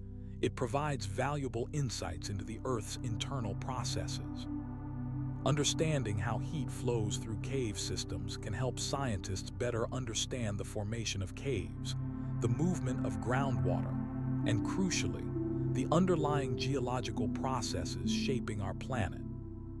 Moreover, the stability of cave temperatures has significant implications for the organisms that inhabit them. The salamanders, cave crickets, and other specialized invertebrates we discussed previously have evolved remarkable adaptations to thrive in these consistently cool or warm environments. The thermal stability provided by the cave's underlying geology allows these creatures to maintain their energy expenditure and physiological processes, regardless of surface weather conditions. The interconnectedness of heat flow and biological life within caves truly highlights the remarkable interplay of Earth systems. Finally, it's important to remember that cave temperature regulation is a dynamic process. Changes in groundwater flow, variations in surface weather patterns, and shifts in geological activity can all impact the temperature of a cave system. Continuous monitoring and research are essential to understand these complex interactions and to protect these fragile and fascinating subterranean environments. These spaces, often hidden from the sun, hold secrets of Earth's deep interior, reminding us of the planet's constant, slow-moving energy. The darkness of a cave isn't simply the absence of light. It's a space profoundly shaped by sound. Caves possess remarkably unique acoustic properties, a consequence of their geometry and the materials that make them up. Unlike open spaces where sound quickly dissipates, caves hold sound in a way that creates incredibly long and complex echoes, often far exceeding those experienced outside. This isn't a magical quality, but rather a fascinating physics demonstration playing out within these subterranean worlds. The fundamental principle at work is sound transmission. Sound travels as vibrations, initially pushing and pulling on the air molecules around it. In a large, open chamber, these vibrations quickly lose energy, spreading outwards in all directions and diminishing rapidly with distance. The walls and ceiling absorb some of this energy, further reducing the sound's strength. However, a cave's internal architecture dramatically alters this process. Consider the shape of a cave. Caves aren't typically smooth, uniform spaces. They are characteristically irregular, composed of jagged walls, narrow passages, and vast chambers. These irregularities are key. When a sound, such as a shout or a dropped stone, enters a cave, it doesn't travel in a straight line. Instead, it bounces. But these aren't simple, predictable bounces. The cave walls, often composed of limestone, shale, or other porous rock, act as countless tiny reflectors. Limestone, in particular, is exceptionally good at reflecting sound. It's riddled with microscopic pores and fissures, creating a complex network of surfaces that scatter and redirect sound waves. Think of it like throwing a ball against a field of incredibly small, uneven cushions. The ball will bounce in countless different directions. These scattered reflections are what give cave echoes their unusual character. Unlike a simple echo where the sound returns in a single, clear wave, cave echoes are composed of a complex series of overlapping waves, each carrying a slightly different version of the original sound. The size of the cave chamber itself also plays a crucial role. Larger chambers, like impressive caverns, allow for the sustained propagation of these reflected waves. The longer a wave travels within the cave, the more opportunities it has to bounce off different surfaces, creating a richer and more layered echo. This is why the echoes in a large chamber can feel so overwhelmingly full. It's a tapestry of sound waves, each contributing to the overall experience. Smaller passages and alcoves create shorter, sharper echoes, but even these contribute to the overall acoustic complexity. Furthermore, the material composition of the cave walls impacts the sound's characteristics. Denser rock formations, like granite, reflect sound less effectively than porous rocks like limestone. The degree of weathering, the extent to which the rock has broken down and eroded, also affects sound transmission. Highly weathered rock has more irregular surfaces, leading to increased scattering and reverberation. It's worth noting the phenomenon of reverberation, which is closely linked to echoes. Reverberation refers to the persistence of sound after the original sound has ceased. In a cave, because of the multiple reflections, reverberation can last for several seconds, or even longer in particularly large and complex caverns. This prolonged reverberation creates a sense of space and depth, making the cave sound larger and more resonant than it actually is. The acoustics of caves aren't uniform across all their dimensions. Sound travels differently along vertical and horizontal planes. Generally, sound tends to travel more readily vertically due to the greater distance and the more irregular surfaces within the cave. This means that sounds echoing from the ceiling may be perceived differently than those echoing from the floor. Researchers studying cave acoustics use specialized equipment, including microphones and acoustic sensors, to map out these variations. Interestingly, the human ear isn't always as sensitive to the nuances of cave echoes as one might expect. The prolonged reverberation can mask subtle details in the sound, and the complex layering can be disorienting. This is why experienced cavers often rely on other sensory information, such as touch and spatial awareness, to navigate the cave environment. The study of cave acoustics is not just a scientific curiosity, it has practical applications. Understanding how sound travels within caves is crucial for monitoring seismic activity, as the echoes of underground tremors can be analyzed to assess ground stability. It also plays a role in cave conservation, helping scientists to assess the impact of human activities, such as tourism and construction, on the delicate acoustic environment of these subterranean wonders. The complex, layered echoes within a cave represent a beautiful demonstration of how sound interacts with irregular surfaces, a testament to the fascinating physics that shape even the darkest corners of our planet. It's a hidden symphony playing out in the silence, a reminder that the world is full of surprises, waiting to be discovered, one echo at a time. The world beneath our feet holds secrets far more than just darkness and dripping water. Caves, those silent, sculpted spaces, play a surprisingly vital role in the health of our planet's water systems. They aren't just beautiful geological formations. They are, in essence, giant natural filters and reservoirs, constantly interacting with the water flowing across the landscape. This interaction is a delicate dance of chemistry and physics, one that has shaped the distribution of freshwater across continents for millennia. The process begins with rainfall. When rain falls on a hillside, it doesn't simply run off immediately. Much of it seeps into the ground, a phenomenon known as infiltration. This infiltrated water isn't a uniform flow. Instead, it's intercepted by the complex network of fractures, joints, and bedding planes within the rock of the cave system. These aren't just random cracks. They're pathways created by tectonic forces, the slow weathering of stone, and the expansion and contraction of rock due to temperature changes. The cave system, therefore, acts like a sponge, absorbing and holding this incoming water. But the cave itself isn't merely holding the water, it's actively changing it. The rock formations within the cave, predominantly limestone, is incredibly porous. This porosity is key to the filtration process. Limestone, formed from the accumulation of ancient marine organisms, is riddled with tiny holes and crevices, some just a few micrometers wide. As water flows through these spaces, it encounters a variety of minerals dissolved within the rock. This includes calcium carbonate, magnesium, potassium, and various clays. These minerals aren't simply carried along with the water. They undergo a process called adsorption. Adsorption is similar to a magnet attracting small particles, but instead of metal, it's a surface attraction between molecules. The surfaces of the limestone grains, along with the clays, have a strong affinity for organic matter, clay particles, and even some pollutants.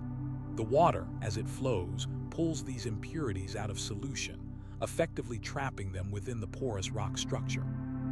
It's like a microscopic sieve, but one that's been operating for countless years.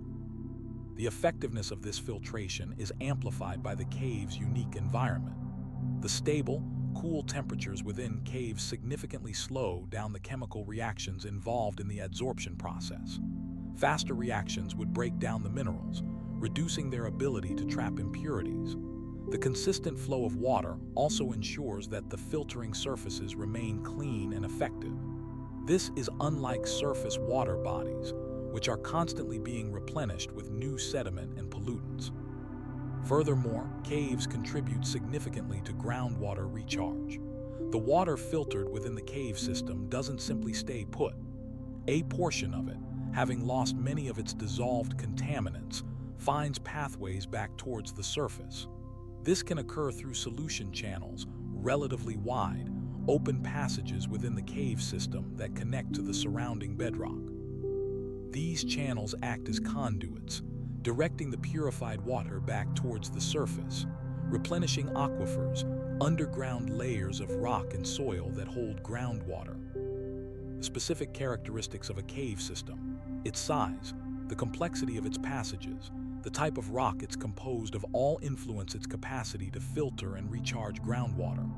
Larger cave systems with more extensive networks of passages are generally more effective at both processes. The geometry of the passages plays a crucial role, too. Narrow, winding passages can create turbulence, increasing the contact between the water and the filtering surfaces, enhancing the adsorption process. Scientists study these systems to understand the intricate connections between surface water, groundwater, and cave environments. By analyzing the water chemistry within caves and the surrounding aquifers, they can track the movement of water over long periods. They can even use cave formations, stalactites and stalagmites, for instance, as records of past climate conditions and water levels. These formations are created by drips of water, and the shape and size of the deposits tell a story about the amount of water flowing through the cave over time. The role of caves in water filtration isn't just a scientific curiosity. It has significant implications for water quality and resource management. In areas where surface water sources are polluted, caves can act as a natural buffer, providing a pathway for contaminants to be removed before they reach drinking water supplies. This is particularly important in karst landscapes, areas dominated by limestone bedrock, where groundwater is often highly vulnerable to pollution. Moreover, the groundwater recharged by caves isn't just a passive reservoir. It's a dynamic system, constantly being influenced by the surrounding geology and climate. The infiltration rates, influenced by rainfall patterns and land use, directly affect the amount of water entering the cave system. Similarly, the geological structure, the presence of faults, fractures, and bedding planes, determines the pathways through which water flows. Understanding the complex interplay between caves, groundwater, and water quality is becoming increasingly crucial as populations grow and demand for freshwater resources rises. Protecting cave ecosystems, preventing pollution, managing land use sustainably, and carefully monitoring groundwater is not simply about preserving beautiful geological formations. It's about safeguarding a vital component of our planet's water cycle, a cycle that sustains life as we know it. The next time you see a cave, remember that it's far more than just a dark, silent space. It's a silent, powerful force, diligently working to clean and replenish the water that flows beneath our feet, a testament to the remarkable interconnectedness of our planet's systems. The deeper you venture into a cave system, the more it resembles an incredibly intricate three-dimensional puzzle. It's not simply a hole in the ground. It's a vast network of passages, chambers, and sometimes breathtaking formations, all sculpted over millennia by the persistent drip, drop, and flow of water. Understanding this complexity requires sophisticated techniques, far beyond simply sketching a rough map. Scientists and explorers utilize a remarkable array of surveying instruments and computer modeling to document and analyze the true extent and characteristics of cave systems. Initially, cave mapping relied heavily on traditional methods. Surveyors would employ a theodolite, a specialized instrument used to measure angles, to accurately determine the horizontal and vertical positions of key points within the cave. These points, often marked with chalk or small pegs, formed a baseline upon which the entire cave system could be plotted. A long measuring tape, sometimes reinforced with fiberglass for increased durability in challenging conditions, was then used to measure the distances between these points. This painstaking process produced detailed, though often 2D, maps, but could be incredibly slow and limited in accuracy, especially when dealing with tight passages and irregular geometries. The problem was that cave systems rarely presented themselves as simple right angles. The walls curved, the passages narrowed and widened, and the floor was frequently uneven. Capturing this intricate detail with just a tape measure and theodolite was a significant challenge. As technology advanced, more precise surveying instruments entered the cave explorer's toolkit. Laser scanners, devices that emit pulses of light and measure the time it takes for them to return after reflecting off surfaces, revolutionized cave mapping. These scanners can capture incredibly detailed 3D models of a cave environment with remarkable accuracy, far exceeding the capabilities of traditional surveying methods. They work by detecting the reflection of the laser light and generating a dense point cloud, essentially a collection of millions of tiny 3D coordinates that represent the surfaces of the cave. This data is then processed to create a true 3D model, allowing scientists to visualize the cave's structure in a way that was previously impossible. Furthermore, laser scanning can be performed in very small spaces, making it ideal for mapping the innermost reaches of a cave system. But laser scanning alone doesn't tell the whole story.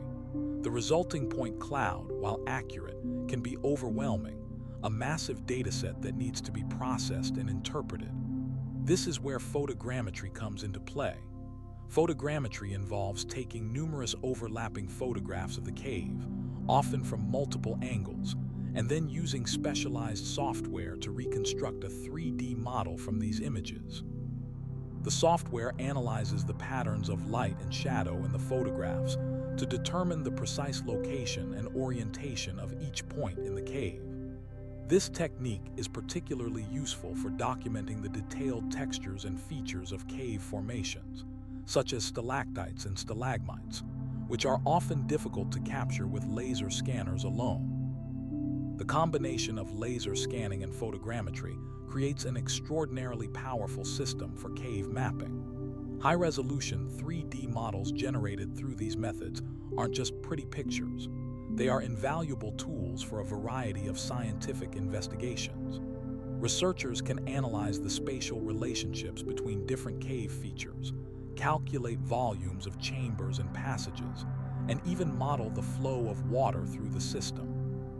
The accuracy of these models can be further enhanced through ground truthing, a process where measurements taken from the 3D model are compared to actual measurements taken within the cave using calibrated instruments. Beyond simply creating 3D models, scientists are increasingly using these tools to understand the geological processes that have shaped the cave system. By analyzing the spatial distribution of rock types, fractures, and other geological features, researchers can reconstruct the history of the cave's formation. The models can also be used to simulate the effects of water flow, revealing how the cave system evolved over time. Furthermore, integrating GPS data with cave measurements allows for precise location tracking, particularly crucial for large and complex cave systems. This can be used to map the entire cave system relative to the surrounding landscape, providing valuable context for understanding its geological history. The future of cave mapping is undoubtedly linked to advancements in robotics and artificial intelligence. Autonomous robots equipped with laser scanners and other sensors can explore and map caves without the need for human intervention, accessing areas that are too dangerous or difficult for humans to reach. AI algorithms can then be used to automatically process the data collected by these robots, identifying patterns and relationships that might be missed by human observers. This technology promises to revolutionize our understanding of cave systems, allowing us to explore and document these incredible environments with unprecedented speed and accuracy. It's a truly exciting time for cave research, where cutting-edge technology is unlocking the secrets hidden within the Earth's deepest spaces. The darkness within a cave is a place of profound quiet, but when we look closely, especially with specialized tools and techniques, we can find evidence of a very different kind of activity that occurred long before humans ever set foot inside. We're talking about paleocaves, and they offer a window into ancient environments dramatically shaped by the very processes that still sculpt caves today, but operating in a world vastly different from our own. These aren't just ordinary cave formations. They're fossils of formations, frozen in time, telling tales of past water flows, mineral compositions, and even the climate itself. The key to understanding paleocaves lies in recognizing that caves aren't static structures. They are constantly evolving, albeit incredibly slowly. Water, driven by gravity and influenced by temperature and pressure, is the primary sculptor. Rainwater seeping into the ground dissolves limestone or other soluble rock, creating underground rivers and channels. These rivers carry dissolved minerals, primarily calcium carbonate, which are then deposited as cave formations like stalactites and stalagmites. However, in the distant past, the conditions were often very different. The flow of water was significantly stronger, the water was richer in certain minerals, and the climate was altered, perhaps warmer or drier, affecting the entire cave system's development. Paleocaves provide a record of these past conditions. For example, in some cave systems, scientists have found exceptionally thick, well-preserved dripstone formations, those stalactites and stalagmites, that represent periods of unusually high water flow. These formations are often composed of calcite, but they can also contain significant amounts of other minerals, such as dolomite, aragonite, or even iron oxides. The ratio of these minerals within the formation gives us a precise snapshot of the water chemistry at the time it was deposited. Analyzing the isotopic composition of these minerals, particularly the ratios of oxygen and carbon isotopes, allows researchers to reconstruct past temperatures and rainfall patterns. It's like holding a tiny, incredibly detailed climate record. One particularly fascinating type of paleocave formation is known as pseudomorphs. These are formations that have grown around the remains of earlier, now dissolved minerals. Imagine a tiny, delicate crystal of aragonite, a form of calcium carbonate forming within a larger, more robust calcite stalactite. The aragonite crystal, being more soluble, gradually dissolved away, leaving behind a ghostly imprint of its former self. These pseudomorphs are exceptionally valuable because they can reveal the sequence of mineral deposition over thousands or even millions of years. By carefully studying the layering and textures within these formations, scientists can build a detailed timeline of cave evolution. Furthermore, paleocaves can provide evidence of changes in sea level. During periods when sea levels were significantly higher, the cave systems would have been flooded with salt water. This salt water would have been rich in magnesium and other minerals, which would have been deposited as distinct formations, often composed of aragonite or magnesite. The presence of these specific minerals indicates that the cave was once connected to the ocean, a connection that would have disappeared as the sea level dropped. These ocean caves, as they're sometimes called, are particularly significant in understanding the geological history of coastal regions. The study of paleocaves isn't just about understanding the past, it's also providing insights into the future. By analyzing the composition and structure of ancient cave formations, scientists can better predict how cave systems will respond to modern-day environmental changes, such as increased rainfall, rising temperatures, and changes in groundwater flow. For example, if we know that a cave system once experienced exceptionally high water flow, we can better understand its capacity to withstand increased rainfall. Similarly, analyzing the mineral composition of ancient formations can help us assess the potential for cave systems to store and release carbon dioxide, a crucial factor in understanding climate change. Paleocaves also offer a way to validate our models of cave formation. Traditional models often focus on the present-day conditions within a cave. However, paleocaves demonstrate that these conditions are merely a snapshot in time. The entire system has a history, and understanding this history is crucial for a complete picture. The analysis of paleocaves allows us to refine our understanding of the complex interplay between water, rock, and climate, a process that is ongoing and constantly reshaping the caves we explore today.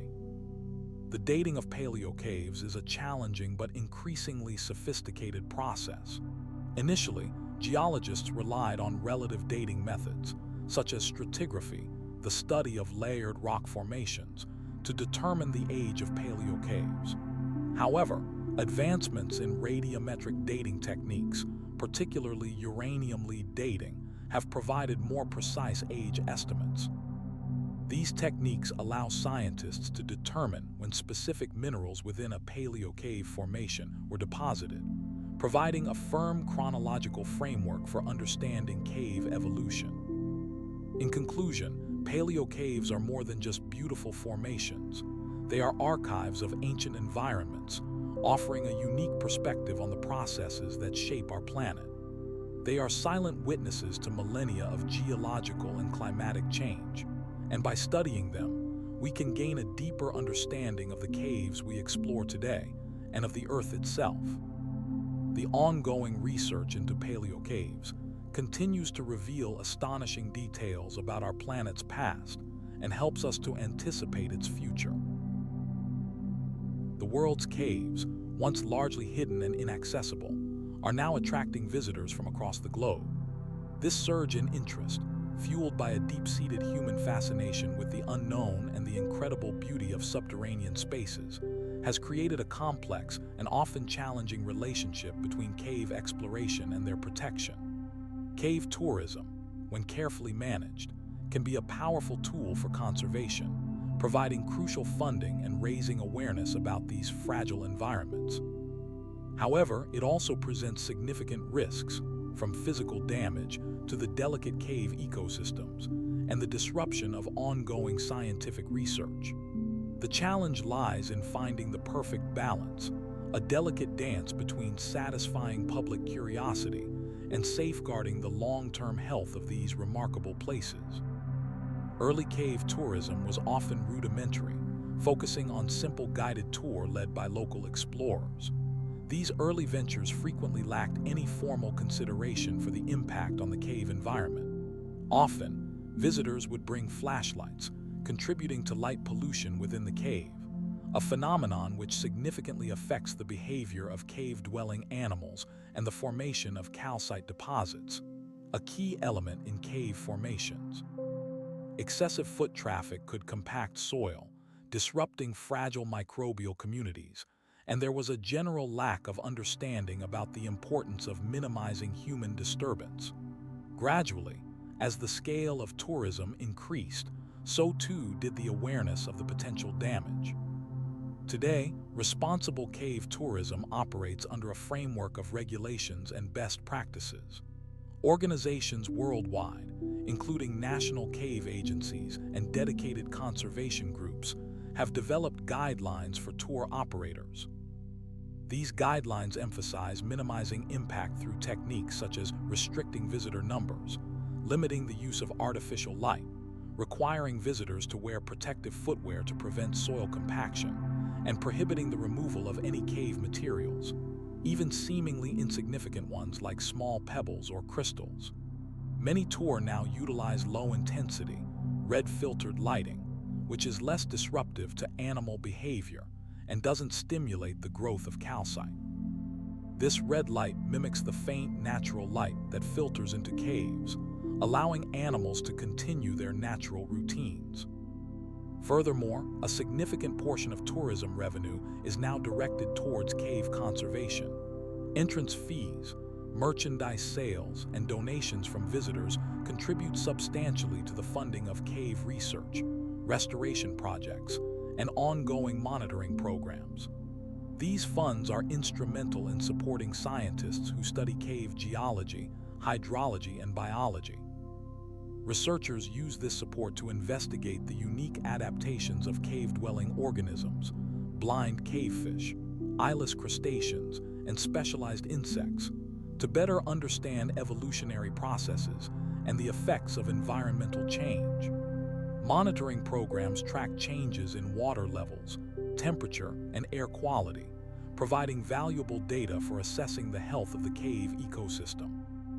Conservation groups may employ techniques like revegetation, restoring native vegetation to the cave entrances to stabilize soil and reduce erosion, and implementing measures to control invasive species. The economic benefits of cave tourism aren't limited to funding conservation efforts. Cave-based businesses, hotels, restaurants, tour operations provide employment opportunities for local communities, particularly in remote areas where alternative economic activities are scarce. This can create a vested interest in the long-term preservation of the caves, as the local economy relies on their continued existence. However, it's crucial that tourism development is carefully planned and regulated to avoid unsustainable practices that could ultimately harm the caves. For example, construction of new hotels or facilities needs to prioritize minimal environmental impact, utilizing sustainable materials and construction methods. Beyond direct financial support and monitoring, cave tourism plays a critical role in raising public awareness. When people visit a cave and witness its beauty and fragility firsthand, they're more likely to develop a sense of appreciation and a desire to protect it. Many tour operators incorporate educational components into their tour, explaining the geological processes that form the cave, the unique ecosystems that exist within it, and the importance of conservation. These experiences can inspire individuals to become advocates for cave protection and to support conservation initiatives. The challenge of balancing cave tourism with conservation extends beyond the immediate physical impacts. Another critical consideration is the disruption of ongoing scientific research. Caves are valuable sites for studying a wide range of scientific disciplines, from geology and hydrology to biology and speleology, the study of caves. Uncontrolled tourism can interfere with research projects, potentially compromising data collection and affecting the integrity of scientific findings. Therefore, careful coordination between tour operators, researchers, and conservation agencies is essential to minimize these conflicts. Many caves now have designated research zones, limiting access for tourists to specific areas while allowing scientists to conduct their work undisturbed. Looking ahead, the future of cave tourism hinges on continued innovation and a commitment to responsible practices. Technological advancements are playing a role, with the development of more environmentally friendly lighting systems, improved monitoring technologies, and virtual reality experiences that allow people to explore caves without physically impacting them. However, the core principle remains the same. Cave exploration and conservation must go hand in hand. Protecting these extraordinary subterranean worlds requires a collaborative effort, a partnership between explorers, scientists, conservationists, and local communities, all united by a shared commitment to ensuring that these wonders endure for generations to come. The inherent value of caves, their beauty, their scientific importance, and their role in supporting unique ecosystems demands nothing less. The earth beneath our feet is a vast, silent world, and caves, in particular, hold secrets that time itself has tried to bury. While mapping with tape measures and creating 3D models of passages is incredibly valuable, we often need a different kind of eye, one that can see through rock, detect subtle changes in the ground, and reveal the hidden shapes within. That's where geophysical surveys and remote sensing come into play, offering scientists powerful tools to explore caves without venturing directly into every twist and turn. These methods aren't about simply measuring. They're about interpreting the physical characteristics of the cave system from a distance, using the Earth's natural signals. One of the most common techniques is ground-penetrating radar, or GPR. Think of it like sending a tiny, harmless wave through the ground. The radar emits short bursts of radio waves, and when these waves hit something different, like a change in rock density, a void, or a water table, they bounce back. A sophisticated computer then analyzes these returning signals to build a picture of what's beneath the surface. In a cave, this allows researchers to identify passages, chambers, and even the presence of water, all without disturbing the delicate environment. The deeper the radar signal can travel, the more detailed the image becomes. Researchers carefully adjust the frequency of the radar waves to optimize penetration through the varying rock types found within a cave system. Different rock formations, limestone, shale, sandstone, react differently to the radar pulses, providing a layered understanding of the subterranean geology. Another crucial technique is electrical resistivity tomography, or ERT. This method works on a different principle, measuring how easily electricity flows through the ground. Rocks and minerals have different electrical conductivities. Highly conductive materials, like areas with groundwater or clay, will allow electricity to pass through easily, while less conductive materials, like dense limestone, will resist the flow. By sending a small electrical current through the ground and measuring the resulting voltage distribution, scientists can create a map of the subsurface resistivity. This is particularly useful for identifying areas of groundwater flow, which are often concentrated within cave passages. A strong electrical signal suggests a significant water source, while a weaker signal might indicate a drier, more isolated area. The resolution of the ERT depends on the spacing of the electrodes used to send the current. Denser electrode arrays provide a more detailed image. Beyond these ground-based methods, remote sensing plays an increasingly important role in cave research. Satellite imagery, while not directly applicable to the interior of a cave, can provide valuable information about the surrounding landscape, including topography, vegetation, and geological formations. Changes in surface features, a new sinkhole forming, a landslide altering the slope, can be early indicators of potential cave development. LiDAR, light detection and ranging technology, initially developed for surveying vast areas, is now being adapted for cave exploration. LiDAR uses laser pulses to measure distances to the cave walls and ceiling, creating incredibly detailed 3D models. However, the practicality of directly scanning a complex cave passage with LiDAR is limited due to the difficulty of aiming the laser accurately within the darkness. Instead, researchers often use LiDAR to map the surrounding terrain, identifying potential access points or areas where cave passages might extend.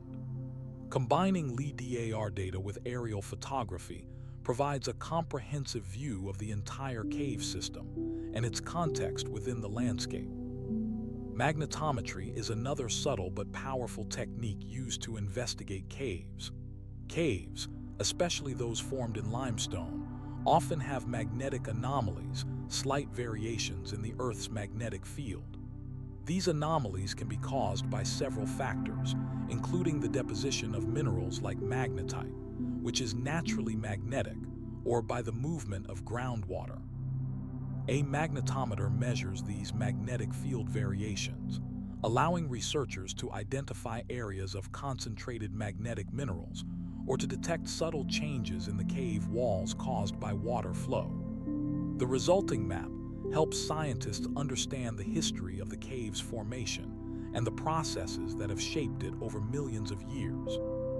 Furthermore, techniques like seismic reflection surveys are being explored. These involve sending sound waves into the ground and analyzing the echoes that return.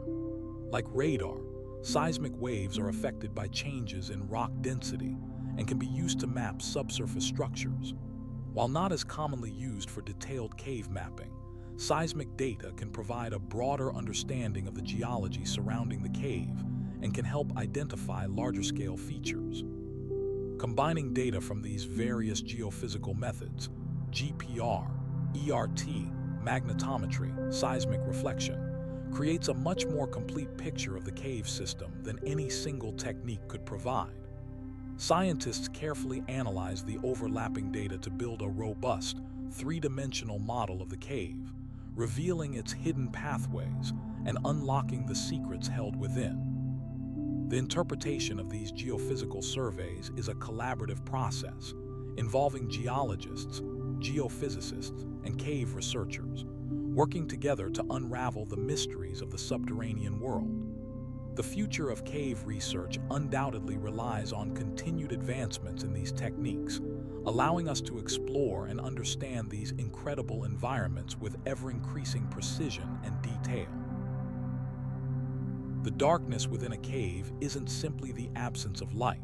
It's a profoundly powerful stimulus, triggering responses in our brains that are remarkably consistent across cultures and time. Our perception of darkness is fundamentally linked to our survival instincts, a legacy of our ancestors who navigated and hunted in environments where visibility was dramatically limited. The human brain is extraordinarily sensitive to changes in light levels, and when confronted with a sudden shift into complete darkness, like entering a cave, it automatically enters a heightened state of alert.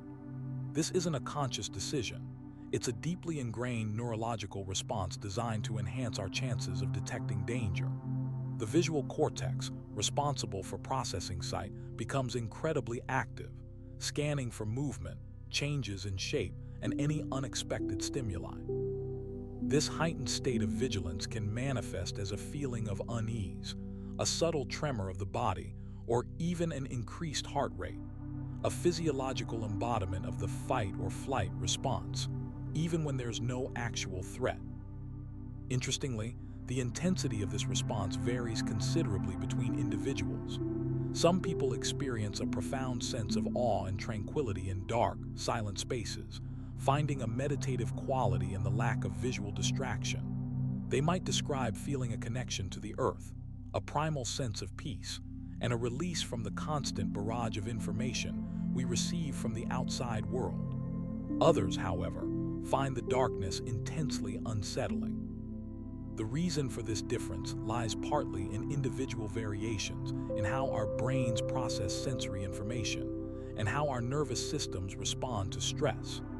Factors such as personality, with individuals scoring higher on measures of neuroticism, often reporting greater anxiety in dark environments, and past experiences can also play a significant role. But the psychology of caves goes far beyond simple fear of the dark. A much more prevalent and intense reaction within cave environments is the experience of claustrophobia. Claustrophobia, at its core, is an irrational fear of enclosed spaces. It's not simply a dislike of small rooms. It's a profoundly distressing anxiety that can trigger panic attacks. What makes cave exploration particularly potent in inducing claustrophobia is the combination of several elements. Firstly, there's the complete lack of visual reference points. Without the ability to see clearly, our spatial awareness diminishes, making us feel disoriented and vulnerable. This disorientation amplifies the feeling of being trapped. Secondly, the sounds within a cave contribute significantly to the experience. The echoes of footsteps, the dripping of water, the rustle of bats, these sounds, when amplified by the confined space, can be interpreted as signs of danger, further fueling anxiety. The absence of external sounds, usually so dominant in our daily lives, can paradoxically heighten our awareness of internal sensations, a racing heart, shallow breathing, a tense stomach, making these physical manifestations of fear more pronounced. The psychological impact is heightened because the cave provides no escape route, no visible exit. Scientists have begun to explore the neurological basis of cave-induced claustrophobia. Studies using fMRI technology have shown that individuals experiencing claustrophobia in cave settings exhibit increased activity in the amygdala, the part of the brain responsible for processing fear and threat detection. Simultaneously, there's often decreased activity in the prefrontal cortex, the area responsible for rational thought and decision-making. This suggests that the individual's ability to logically assess the situation and calm their anxiety is impaired, leading to a more automatic and overwhelming response. Furthermore, the human brain appears to have a surprisingly strong map-making function. When navigating unfamiliar environments, we instinctively create internal representations of space, constantly updating these maps as we move. In a cave, this process is considerably more challenging due to the lack of visual landmarks. The disorientation and uncertainty can contribute to feelings of anxiety and vulnerability. Some researchers believe that this cognitive dissonance, the mismatch between our expectations and our sensory experience, is a key factor in driving claustrophobic reactions. It's also important to consider the evolutionary context of this fear. While we don't know the precise origins of claustrophobia, some theories suggest it's linked to our ancestors' experiences in tight spaces, such as caves used for shelter or hunting. The ability to recognize and avoid situations that feel threatening would have been crucial for survival. The cave, in a way, represents a return to this primal state of vulnerability, triggering a deeply ingrained, albeit often excessive, response. Despite the potential for anxiety, the psychological rewards of exploring caves can be profound. Successfully navigating a challenging passage, overcoming a sense of disorientation, and witnessing the beauty of a subterranean world can foster a sense of accomplishment, resilience, and connection with the natural world. Understanding the complex psychological factors involved, the primal instincts, the neurological responses, and the potential for both fear and wonder, allows us to appreciate the profound impact that these hidden environments have on the human mind. It's a reminder that our experiences are shaped not just by the physical world around us, but by the intricate and fascinating workings of our own brains. The cool, damp air of a cave isn't just a product of underground water. It's often a vessel for stories, a place where the echoes of human imagination have resonated for millennia. Caves, in nearly every corner of the world, have become fertile ground for legends, myths, and folklore, reflecting the anxieties, hopes, and beliefs of the cultures that have called them home. These stories aren't simply entertaining tales. They're incredibly valuable windows into how people understood the world around them, especially a world often shrouded in darkness and mystery. Consider the myths surrounding subterranean realms.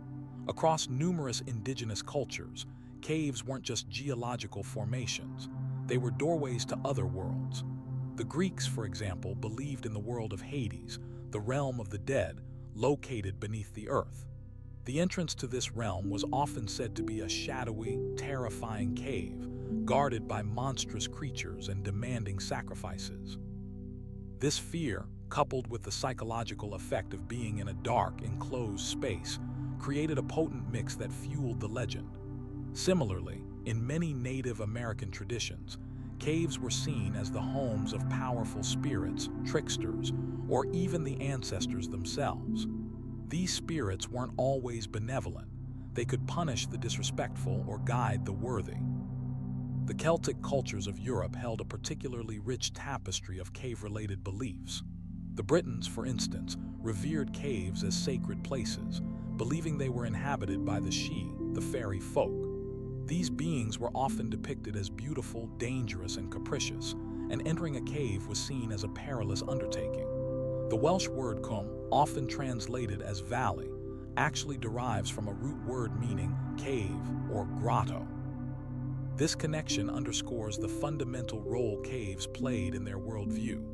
Stories often involved offerings made to appease the Sidhe, or warnings against venturing too deep, lest one become lost or trapped in the realm of the fairies. The concept of caves as portals extends far beyond Europe. In China, numerous caves, particularly those associated with Buddhist temples, are believed to be imbued with spiritual power. These caves aren't just places of worship, they're considered pathways to enlightenment, spaces where meditation and contemplation lead to profound insights. The darkness within these caves symbolizes the inner darkness that must be confronted and overcome. Local legends recount stories of monks who achieved incredible spiritual feats within these spaces, further reinforcing the cave's sacred status. Even in more modern times, the influence of cave legends persists, albeit often blended with scientific understanding. During the Victorian era, particularly, there was a renewed fascination with the occult and the supernatural, and caves became prime locations for ghost stories and paranormal investigations. The inherent spookiness of a dark, echoing cavern, combined with the expectation of encountering something unseen, created a perfect environment for reports of strange noises, apparitions, and unexplained phenomena. These stories, while often dismissed as products of suggestion and psychological factors, demonstrate the enduring power of the cave's atmosphere to evoke feelings of unease and mystery. Furthermore, the oral traditions surrounding caves have evolved and adapted across generations. Many indigenous communities still maintain intricate stories about specific caves, passing them down through storytelling, songs, and rituals. These stories are frequently connected to practical knowledge about the cave's ecosystem, its water sources, its animal inhabitants, and the dangers that lurk within, acting as a vital form of education and survival guidance. The act of telling these stories isn't simply about entertainment. It's about maintaining a connection to the past, preserving cultural identity, and upholding the values of the community.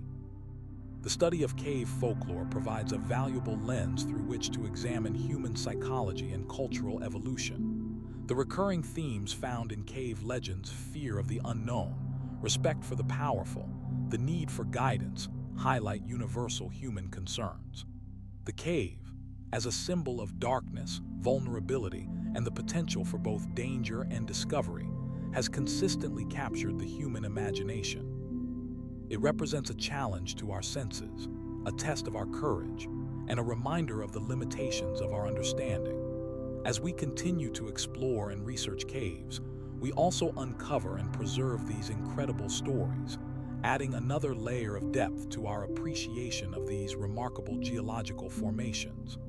The echoes of human experience within the darkness will likely continue to resonate for countless generations to come. If you're still awake and enjoyed this exploration, please consider liking this video and subscribing to Ultimate Sleep Doctor. Together, we can soothe more wandering minds, one peaceful night at a time. The secrets of the caves now gently fade like echoes in the stone. Let your thoughts drift, calm and unhurried as darkness wraps around you.